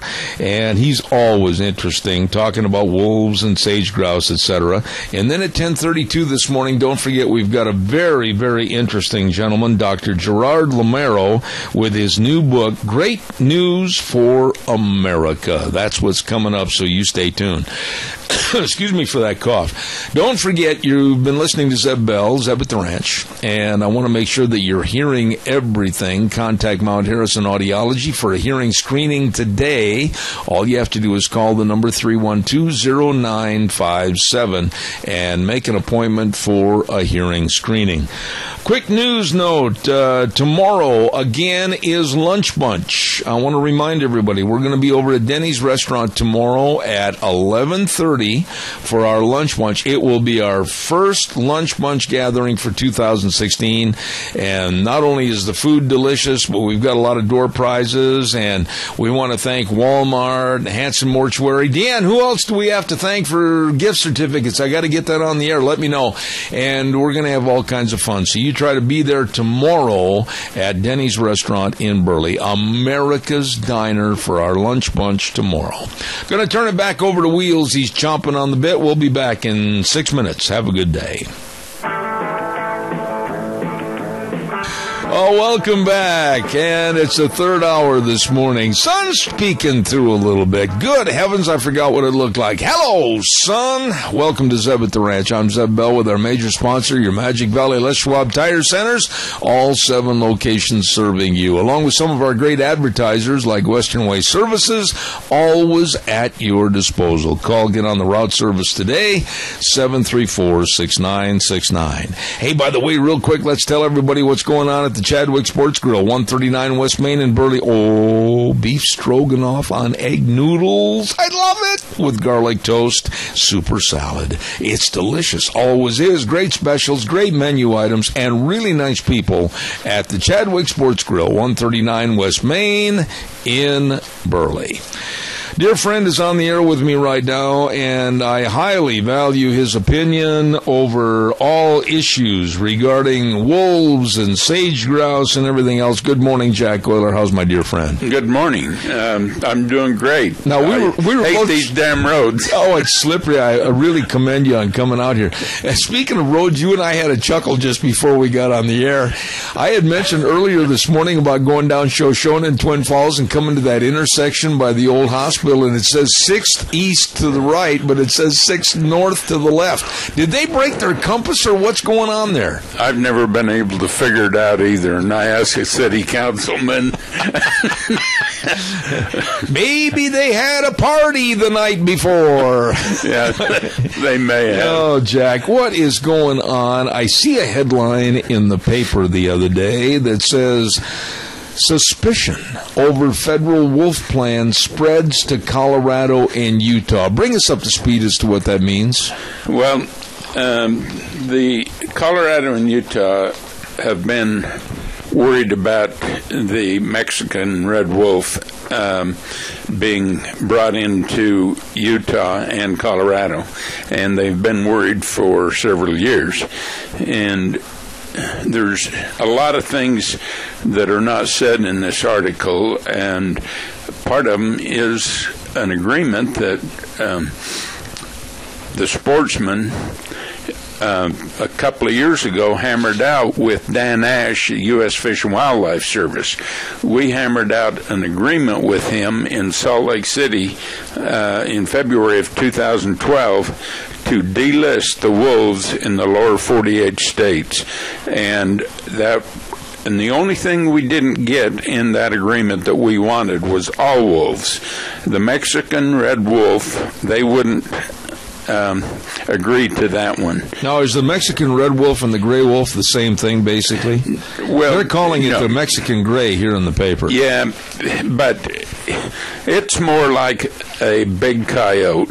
It is a lot littler than the Canadian gray. I see. It's like we had when they brought the wolves to Idaho. We had the timber wolves, yeah, right. And they were smaller wolves, yeah. And we didn't have problems with them. And they stayed where they were supposed to, and there wasn't any problems. And this is another thing, Zeb. I know where you're headed. It is illegal to plant a endangered species on top of another endangered species. That's right. In Idaho, they have done this over the caribou that were in northern Idaho and the timber wolf. Right. And we don't have timber wolves anymore, and we don't have any caribou anymore. This story that was in the paper was talking about the Mexican gray wolves in the Southwest, Colorado, Utah. But just last week, Jack, excuse me, pardon my cough, I had a lawyer on with the Pacific Legal Foundation. And he had written a very good article about the reintroduction of wolves into Northern California and what it's doing to devastate the ranchers and sheep ranchers in Modoc County and up in Northern California. So it seems like this cancer, if you will, of wolves is a problem that's spreading a lot further than our state and Wyoming and Montana. It is. It's spreading, and it's going to continue to spread. That's what the environmental groups use they get a species that they can make money off from, and they take it to court and take it to court and take it to court. But they also send out cards for everybody to send money to protect this species. And it's like it says in this article, the West needs wolves to help restore balance to the environment. Now, so how long have we been out of balance? And what does that mean? What does that sentence mean? I can't answer that question because I guess basically what they're saying is according to what their beliefs are. And let me take it a little bit further. Abolish hunting in the Wood River Valley. Yeah. over 136 years of Euro-American development in the Wood River Valley, the main economic structure has been changed from mining, sheep, cattle, ranching, timber harvesting to what is now Euro-tourism. Yeah. I mean, where are we going? Well, where are we headed? Well, it encompasses a lot more than the wolves. As you are so well-educated and well-informed about other problems that are being thrust upon us with the sage-grouse issue and other issues, it goes back to the 7-letter word that you and I have preached to the public about for the last 15 to 16 years, governmental control. And that's what it is. It's like in February of 2012, Dan Ash, the U.S. Fish and Wildlife Service, came to Salt Lake, and we hammered out a delisting of the wolves in the lower 48 states, and it did not include the red wolf, or the Mexican gray wolf, but it included everything else, which would have stopped all this other stuff in these other states. Yeah. But the environmentalists got a hold of it and went to court and did this and did that, and told the politician, they paid the politicians off, and all that agreement that was made in Salt Lake was thrown in file 13. Jack, do you, as you look at these issues with the sage-grouse and with the wolf reintroduction and all the havoc and misery that comes with this, I'm sure that you're almost always convinced that it's a real thump against agriculture in general. They just don't respect agriculture. They don't respect agriculture. They don't respect people. It's like this abolish hunting in the Wood River Valley. They want us to change our lifestyle to their lifestyle of the Euro-American to tourism, and they want to be able to ride their bikes and do cross-country skiing anywhere and anytime they want. I mean, we have to always change our lifestyle for somebody else's what they like. Yeah, their demands. Their demands, yeah. Like I wrote on my paper here about this thing in the Wood River Valley, this guy can go back to where he came from, because he came from someplace else into Hewlin Meadows north of Ketchum. And he took the winter habitat of the elk and the deer in that area. Will it be, and I mentioned this to you off the air before we started this morning, but maybe with the problems now spreading to Colorado, Utah, Arizona, New Mexico, California, Idaho, Montana, Wyoming, Oregon, and Washington, maybe a coalition of all the states might have to come together and say enough is enough. Well, that's why we were successful in hammered out in an agreement in 2012 on delisting in the lower 48 states, because we used the Endangered Species Act, because all the states in the United States have an endangered weed or an endangered bug or an endangered something that they get hammered on, and we went to Washington for 2 years and worked on that before we made an agreement with U.S. Fish and Wildlife Service, and then we got kicked over the whole darn thing because they wouldn't keep their word. I don't trust any agreement that we have with our government. And the people better wake up, Zeb, because things are coming down the pike, and it's going to start this year, 2016, on what we can do on public lands, whether it be Forest Service or BLM. What are some of those things that you're alluding to? I mean, are you talking about many more restrictions about actually putting a boot on the land? Total restrictions. You're going to find areas that we have just been taken off from, and see, we had an agreement the federal government came to the states and said, you do state management plans for the sage grouse. And so I was on the sage grouse task force for the governor. And for 2.5 years, we hammered that thing out. And other states did the same. And then U.S. Fish and Wildlife Service backed down on us again. We have a caller with a question. Go ahead, caller. You're on the air, please. Yes, I just have a question for Jack. Is there a map someplace, or can you tell me where I can find out just exactly how far north in the area that the sage grouse thing will entail? And I'll hang up and take his answer. Thank you very much. Go ahead, Jack. Thanks. It entails an area that goes into Montana, Wyoming,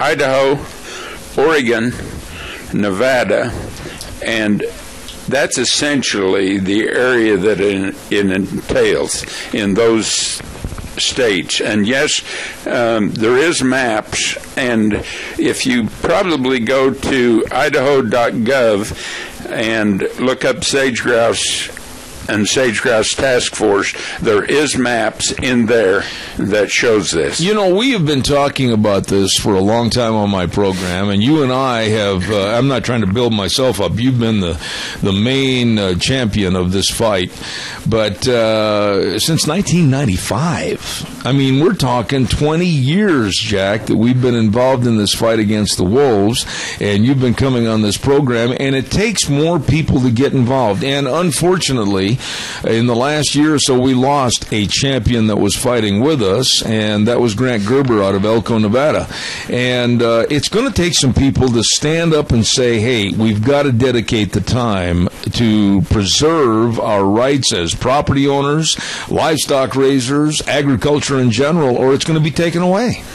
That's right. It'll totally be taken away. And let me tell you something that people probably don't know. There's a lot of wolves in the Frank Church wilderness area, and they have devastated big game herds in the Frank Church wilderness area.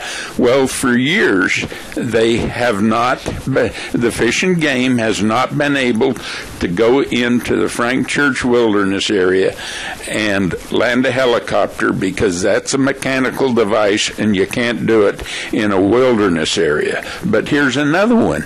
You cannot shoot an elk or a wolf with a dart to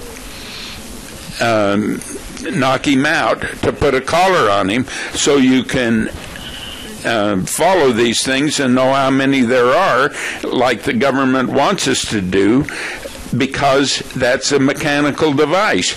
A dart is a mechanical device, and if you do not hit the animal, it goes on the ground, and it's illegal in a wilderness area to let a mechanical device hit the ground. It's ridiculous. It is totally ridiculous.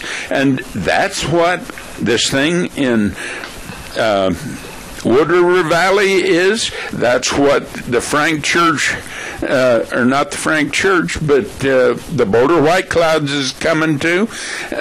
We're getting more restrictions every year on southeastern Idaho or southwestern Idaho. And would you agree with me that there's a lot of people that are saying, oh, yeah, the Craters of the Moon should be a national monument and a national park? And I'm sitting there going, wait a minute, let's look at all the cards on the table face up, because before you jump in and say that you want national park status, you have to look at and remember the subsidiary effects of a national park or whatever as to the outer reach boundaries as to how they influence what you can do and can't do, and it would affect a lot of people and a lot of their private businesses.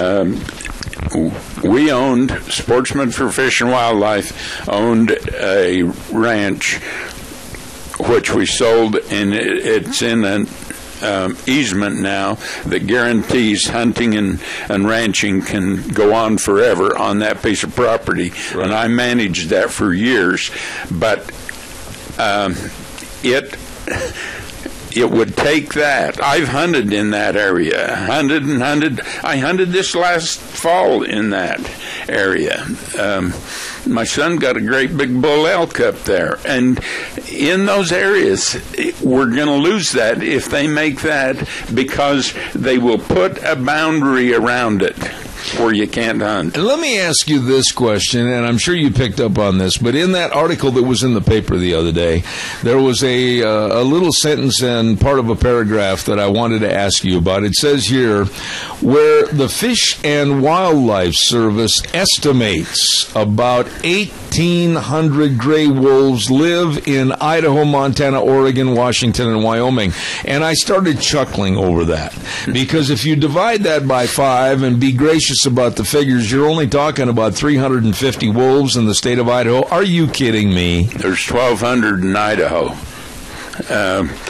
At least 1,200, but we don't know for sure about the Frank Church Wilderness area. Yeah. There's 500 or 600 to 700 in Wyoming. Montana's got a bunch. Why do they try to downplay the numbers so much? It's just absolutely... Zeb, this is what gets me. They will not talk about the truth and what we brought the wolves back and what the management was when they were brought back, because it was said, and it's still there, it says in the papers that everybody signed, that if the states get back to 10 breeding pair or 100 wolves, that's right, they are considered recovered. That's right. Nobody ever talks about that. That was an agreement. Anymore. That was an agreement. That was an agreement between the government and the people of the state of Idaho. That's right. And nobody talks about that anymore. Don't hear it. They don't recognize the number or remember the number, and then the environmental groups, be it the Sierra Club, Defenders of Wildlife, or whomever it is, keep wanting to change the rules that were agreed to. I've sat at the table with them, and I know what their attitudes are. We have a call. Good morning. You're on the air. Go ahead, please. Yes, quickly. This is from Harding County Judge from Harding County, Oregon. He was talking about the BLM, all of these agencies. He says these agencies are so locked into the process, so fearful of lawsuits from environmental groups, they became paralyzed and do no management at all. One more quick quote. This is from a farmer, a rancher who tried to make things right for the sage grouse. We busted our butts, did the right thing for the bird, and we get screwed in the end, as if we hadn't done anything at all. I'll hang up. I agree with that, Jack. I think he's spot on with his assessment. He is spot on, and it isn't about the species. It is about the Endangered Species Act and the money that they can make off the Endangered Species Act, either through the government donations to them or through sending out cards for donations. That's right. And that's all it is. I sat at the table with these people, and I asked them, how much money have you put on the ground to save that species? I don't care what the species is. I don't care whether it's a bug or whether it's a plant or whatever. They list it or want it listed, and you ask an environmental group what they have done on the ground. How much money have you put on the ground to save that? And it's zero. They tell you that they would rather spend their money on attorneys and courtrooms because that's where they get the greatest gain, and that keeps their process going.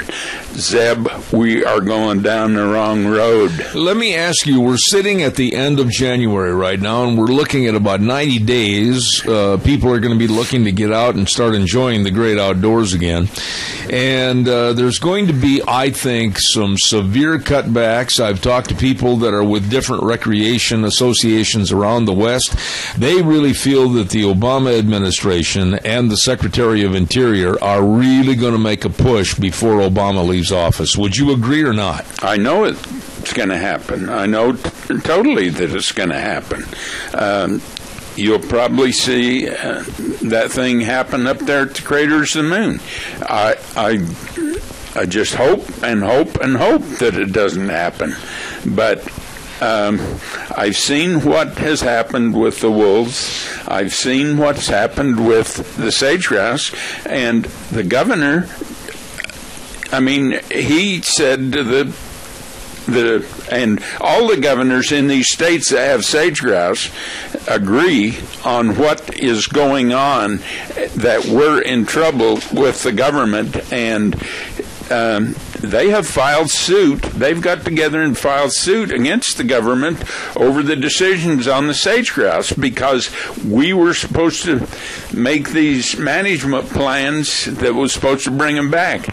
And when the states got them all done, they kicked us in the teeth. Let me ask you this real quick, and I'm almost out of time. I got about a minute and a half left. Bluntly, is Butch Otter doing enough for the land users, land owners, and for the betterment of the state of Idaho? He's doing as much as he can with the money that he has to do it with, and he has the people of the state of Idaho's interest at heart. And that's where I think it matters, and that's why we need to change administrations. Dan Ash, U.S. Fish and Wildlife Service head, used to be head of one of the environmental groups, and when Obama went to Washington, he took Dan Ash and put him over U.S. Fish and Wildlife Service. So is it safe in assuming, Jack, and I don't want to sound negative, but it's a negative situation to where the government wants more control. We ain't seen nothing yet. That's right. And the governor has filed suit against the government on this sage-grouse issue. And, you know, it talks about, let's talk about wolves. This wolf thing, it says in here that the ranchers can't do anything well, who did something to help the ranchers and the private property people here in Idaho? Bert Stevenson and myself testified and got the 10J rule through years ago to help to give the ranchers the opportunity to protect their interests. Absolutely. I wished I had more time, and I apologize that it goes so fast. You're so interesting. I want to say two things. Number one, thanks for braving the roads, and I hope you melted them off so I can get on the highway and go to a meeting. And please come back soon, and we'll talk about this again, okay? Okay. God bless you. Jack Euler, one of my dearest dearest friends, and I really appreciate him being on the program this morning. Folks, wake up. I think Jack would agree with me and concur that everybody, groups of people have to start standing up and be counted, or we're going to lose our rights of using public lands in this great United States. We're going to be back right after this, and we'll plan about 3 minutes. We'll be right back with Dr. Gerard Lamero. Don't go away. And now back to Zeb at the Ranch on AM 1230 KBAR. To reach Zeb, call 436-2244 or toll free 1-866-927-4587. And now, here is Zeb Bell. Well, welcome back. I always look forward to having Jack Euler on my program, and I thank him for being out here this last half hour, braving the elements and the roads to get here to my studio. Thank you very much to a dear friend. You know, there's another dear friend, and he's been on my program, 3-4 times in the past, and I've always enjoyed his commentary and the way that he delivers his thoughts as far as a real red, white, and blue American. And he's got a brand new book out, and it was really interesting. The book came yesterday. I did not get a chance to read it in its entirety. Every break, I've been picking it up and trying to get as much out of it as I can. And it's a book written by our dear friend, Dr. Gerard Lamero, and it's called Great News for America. Good morning, Doctor. How are you? Hi, I'm doing great, and it's great to be talking to you.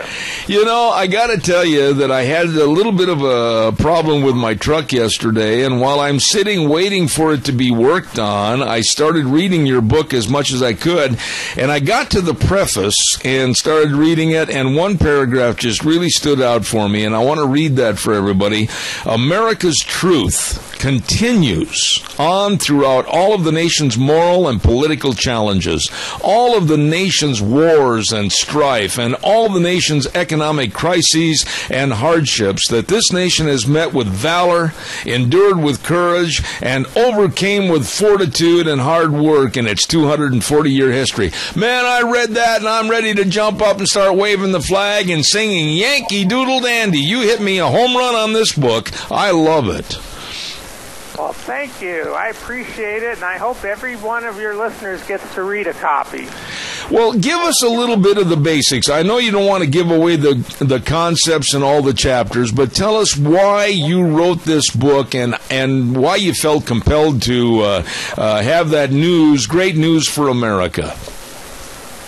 Well, a couple of reasons. One reason was I saw things changing. I sort of felt the earth trembling underneath me last year, and I thought something's going to happen. You know, I just sensed from the American people, because I talked, all over the country, quite literally, and I thought something's going to happen, and I want to study this and try to figure out what's going to happen. And what I did is I went back to 1789, and I looked at every big presidential election since then. And I found what really surprised me. There's a pattern. You can predict when we're going to have a big presidential election, a historic election, a critical election, whatever word you like to use. And that's where we are going into the 2016 presidential election. I found a pattern. It repeats over and over again, although it's not nearly every election by any means. It's just every so often, but that pattern keeps repeating. We are going to have a critical, historic presidential election, and I wrote about the pattern, and I wrote about our history, but I also wrote about our present and what's generating the situation the way it is now. And I go on to make 10 stunning, surprising predictions about what's going to happen before, during, and after this presidential election. And I'll tell you, the book is on fire across the country. It's amazing how people are reading it and excited about it, and excited because it's optimistic that we are going to fix the problems, and it's going to be this year that's critical. Let me ask you this, and again, I don't want to give too much out of the book as far as what I have read or haven't read, but when you looked at the candidates on the left with O'Malley and Bernie Sanders, an avowed socialist that absolutely would turn the United States and the Constitution and our value system upside down, and then you look at Hillary Clinton, that with all of the possible indictments, she could be spending the next years of her life in a 10 by 12 room with bars on the window, and then you look over to the GOP with certain individuals and characters and personalities. You're excited and yet still optimistic, are you not? I am very excited. I am very optimistic. I think I feel a lot like Ronald Reagan felt in 1980, a man, by the way, for whom I was in the Presidential Electoral College and cast one electoral vote in 1980 when I was much younger. And I'll tell you, the American people are telling us in the polls, in all sorts of things, in subtle ways, that they want a tough, strong, conservative president. And you know what? Every time in the past history, when America faced really tough challenges, I mean, like 1896 election, things were hard. People didn't know if the Constitution would survive. They had the panic of 1893 with 15,000 economic bankruptcies. They had labor problems. They had law and order problems. People thought, this Constitution doesn't work. But you know what? The American people came out. There was a record voter turnout, and they changed the system. They changed the parties and the principles. And most people don't read the history that closely to see it. But America, the American people, they sit home most of the time because they're happy with the way things are, happy enough. But when they get angry and upset, when they have a moral outrage at the way the country's being run, guess what? The politicians don't win, the American people win. And I am predicting a landslide conservative presidential election in 2016, and it is going to change the country for the better. You know, Doctor, I have to tell you that when I came up to page 32, you hit the nail right on the head, talking about the Constitution. Over the last couple of months, and as recently as this last week, I've heard many, many stories about how millennials and college students want to do away with the First Amendment and free speech. We already know about politicians and Obama and his administration trying to do away with the Second Amendment. Hillary's thoughts about having gun confiscation like the country of Australia, and then also recently how they want to change the wording to where the president does not have to be a natural-born American citizen. And you had an excellent page in there and thoughts about the tampering with our Constitution. I'd like you to go into that a little bit if you would, please. Well, you know, the American people love the Constitution. They love freedom. You know, Americans really want two things out of government. They want morality. They want fairness. They don't want corruption. They don't want people breaking the law or padding their pockets. And they want freedom. They want their freedom to go to church every Sunday at whatever church or synagogue or whatever they want to go to. They want that. They want their guns to protect themselves. They want them for hunting. They want them for recreational purposes. They want to know that they've got some security if they need it. They want freedom of the press. They want freedom of speech. They don't want to have to say, oh, I can't say this. That might offend somebody somewhere. You know, they don't want that. They want their freedom to speak it like they want. Call a spade a spade. And you know what? They are morally outraged at what's happening. They sent people back to Washington in 2010 and 2014 to repeal Obamacare. They never wanted to lose their health insurance, most of them. In fact, the majority, I think it was 67% back in 2010, said we don't want Obamacare. And they pushed it down their throats, our throats. And you know what? They sent people back, but those people didn't get the job done, so they got madder, and they changed the Senate in 2014, and those people didn't get the job done. But they're not giving up. The American people are getting more angry, more upset, more frustrated, and this time more of those people in Congress are going to go, and I'm talking about they're going to have to get a new job. If I were them, I'd start brushing off my resume right now. And they're going to elect a conservative president, a more conservative House, a more conservative Senate, and you're going to see our borders sealed. You're going to see the immigration problem stopped. You're going to see Obamacare repealed so fast you won't believe it. And that Iranian nuclear, it really should be a treaty. They call it an agreement, but it's really a treaty by law. It should be a treaty. That's going to go fast. Doctor, let me ask you this. I have stated on my program as recently as day before yesterday that the way things were are the way things ought to be. That's a tagline at the end of my program. And the reason I say that is America was at its best when we really lived the paintings on the cover of the Saturday Evening Post by Norman Rockwell. Can we get back to that level? I'm not saying regress to the past, but I'm saying get back to family values, get back to where a man's word is a man's word, and really be able to trust again what's going on in our political circles? Absolutely. And it's going to happen. I mean, things aren't going to go backwards. We're not going to throw away our smartphones. We're not going to throw away our iPads. We're not going to throw away the great drug discoveries that have happened thanks to the American ingenuity and hard work.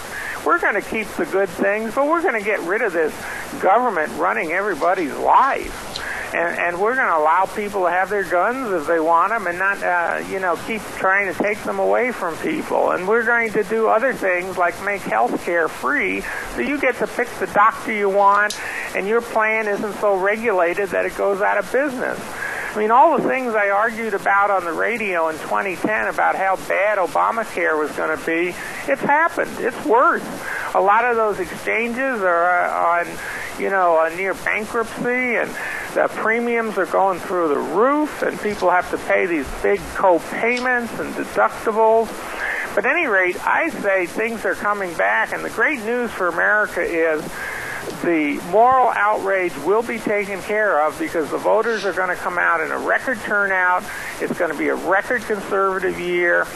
And I predict another thing, too. There's 10 big predictions, and that is the end of the Republican Party as we know it, because they have frustrated conservatives so long that the party as we know it will no longer exist. It'll be a different party, different principles, different leaders, and different people in Washington running it back there, when they get back there. Let me ask you on the other side of the aisle, though, what about the Democratic Party that basically has been standing up for the abnormal things that we've been against all of our lives in this country, like the abortions and the gay, lesbian, and transgender movement and the kind of the weak-kneed approach to security in the world? Are they going to change? Absolutely.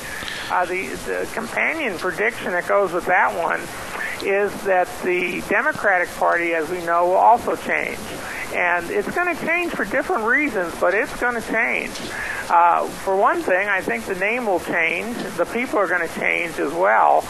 But the name will change to what I consider will be the Progressive Socialist Party, because that's what they are. Chris Matthews asked the head of the Democratic National Committee, Debbie Wasserman Schultz, he said, what's the difference today between a Democrat and a socialist? And she hemmed and hawed and hemmed and hawed.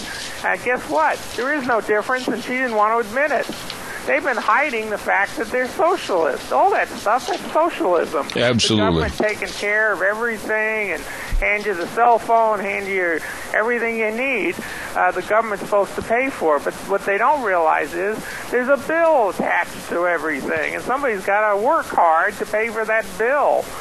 And you can't give everybody everything for free. Absolutely. So I think what's going to happen is the Democratic Party is going to be, for the next couple of generations, it's going to be a minority party. It's going to be called the Progressive Socialist Party. And you're going to see the Republican Party morph into the Conservative Party, which will be the dominant party for the next 40 years, probably. Let me also say this, and I'd like you to respond and tell me if I'm wrong, but I think the number one problem in America today are two words: political correctness. We've lost the winning incentive in this country. We're too PC. We're not reaching out for the stars and trying to attain all the abilities and talents that God gave us. Would you agree with that? I don't think it's the number one problem, but I think it is a top problem. And I think that the political incorrectness is nothing more than an attempt to get rid of the First Amendment freedom of speech. They don't want you to say the truth because the truth would hurt them.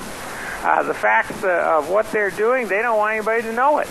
And they're trying to hide a lot of it, and they're trying to kowtow, or, they're trying to put you in a corner and force you to say things that they agree with. And I think it's one of the worst problems we have, but I don't think it's the very worst. I think the most serious is our national security. We are at great risk, not just of terrorist attacks, although those are really big, like what happened in San Bernardino, but there are things like electromagnetic pulse that I've written about, EMP attacks. We could secure the American electric grid system with a few $1 billion, maybe $5 or $10 billion, and we'd be secure from an EMP attack.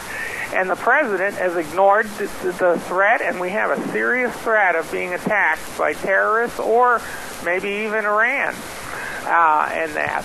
And I'll tell you, we've got to protect ourselves from that, because if we lose our electric grid, it's going to shut everything down. There are going to be a lot of hurting people around because we all need electricity and power to run our country. Let me talk to you real briefly about the economy, if I could. Right now, it looks like before Obama leaves, we could peak out over $20 trillion in debt.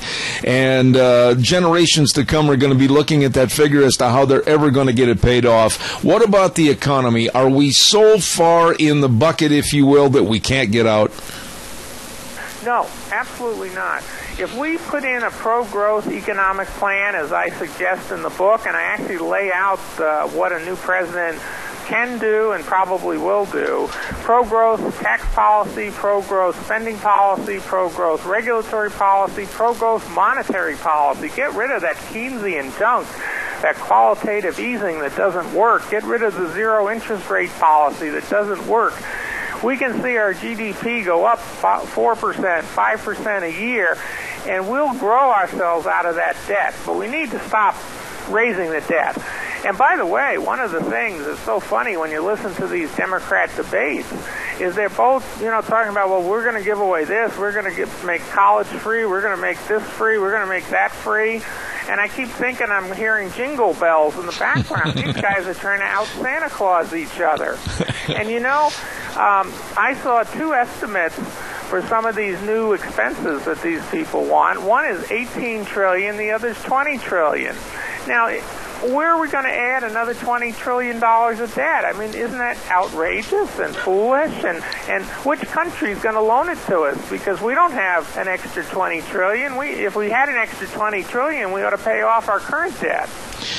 Well, I tell you what, I want to wish you the best of luck. Now, before you go, you've got to tell my audience how they can obtain a copy of Great News for America. Tell everybody where it's available. Well, it's actually available all over the world. It's funneling out around the U.S. and around the world. I hope it sells over there, too.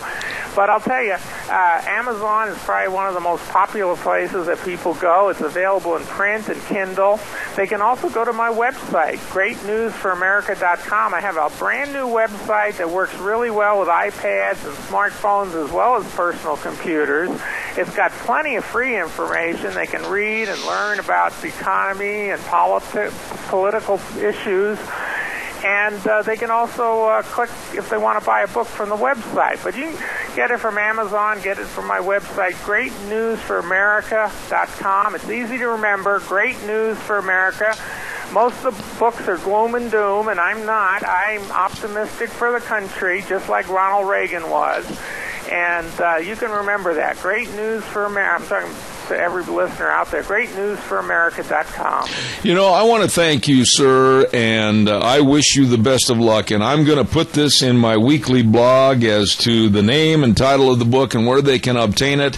And again, I want to read the book and then invite you back so I have more in-depth questions to ask you about Great News for America, written by Dr. Gerard Lamero. Thank you so much for coming back on the program this morning. I always love talking to you. I think you're a great American, and I really appreciate being on your show. And this book is going to make people happy and enthusiastic and optimistic for the future, because America has a great future. God bless you, sir. Thank you so much, and I will be in touch. Have a great day. Thank you. You too. God bless you and all your audience. Thank you very much. A very nice man, a very knowledgeable man, and a man that has the insight about what he thinks is going to happen for the good of America in the next election and beyond. Great News for America, written by Dr. Gerard Lamero. Very, very nice man. Excuse me again for that cough. I want to remind you right now we're running a little bit late, and I got to get the weather forecast on here real quick. Brought to you by Scarrow's Meats, 331 North Road, Jerome. Oh my goodness, Don Scarrow and the rest of the folks over there with the most delicious of meats, beef and pork and chicken, and everything they sell is guaranteed. Oh my goodness. And I'll tell you what, it's so easy to find, and the telephone number to call, 324-7657. You be sure and check it out today. Yes, sirree, they've got all the meats over there for you. And by the way, if you're bringing meat into Scarrows Meats, you can always rest assured that you're going to get the same meat right back when you go to pick it up. All cut and wrapped and ready to go into your freezer. Scarrows Meats, 331 North Road, Jerome, changing the way we eat one delicious bite at a time. Here now is Gina with the weather. Here's your weather for today as we kick off midweek. It is going to be windy, partly cloudy for today as well. Winds out of the west right around 21 miles an hour. Expect a high of 35 tonight, low of 20 tomorrow. Partly cloudy at 38 with an overnight low of 23. Mostly cloudy and 41 for Friday, and possible rain and snow showers in the forecast as we move into the weekend with a high of 38. Yesterday's high was 41 and the overnight low was 26. That's your weather for Zeb at the Ranch. Oh, she does a great job on that weather. Brought to you by Scarrows Meats. Don and the rest of the crew at 331 North Road, Jerome. Number to call, 324-7657, Scarrows Meats. Oh, my goodness, a reminder, tomorrow is Lunch Bunch Day, and we're going to be over at Denny's Restaurant, 611 Overland in Burley for our lunch bunch. And our thanks also go out to Stokes Food Centers and Hanson Mortuary and Walmart for the gift certificates we're going to have drawings for tomorrow. And, of course, also our main thanks go out to Denny's.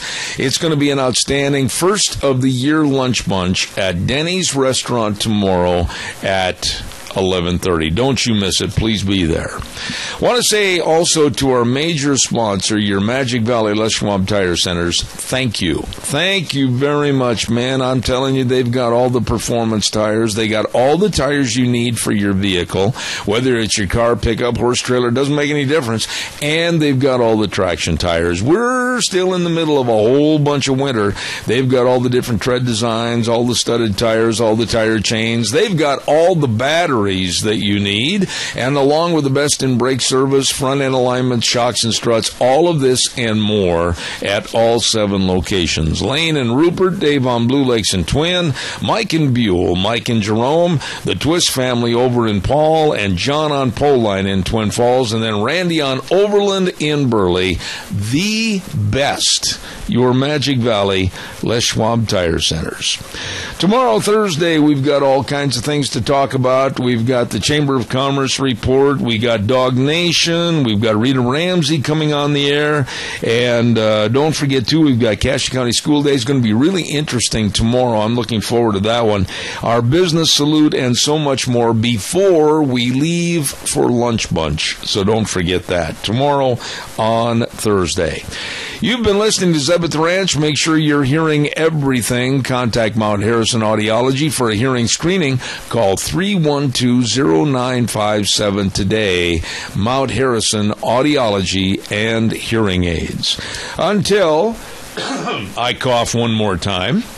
Don't forget, we'll start at 8:06 tomorrow morning and go till 11 o'clock right here on Zeb at the Ranch, and we certainly want you to tune in. We'll have something for you, I guarantee it. The way things were are the way things ought to be, so you be sure and tune in.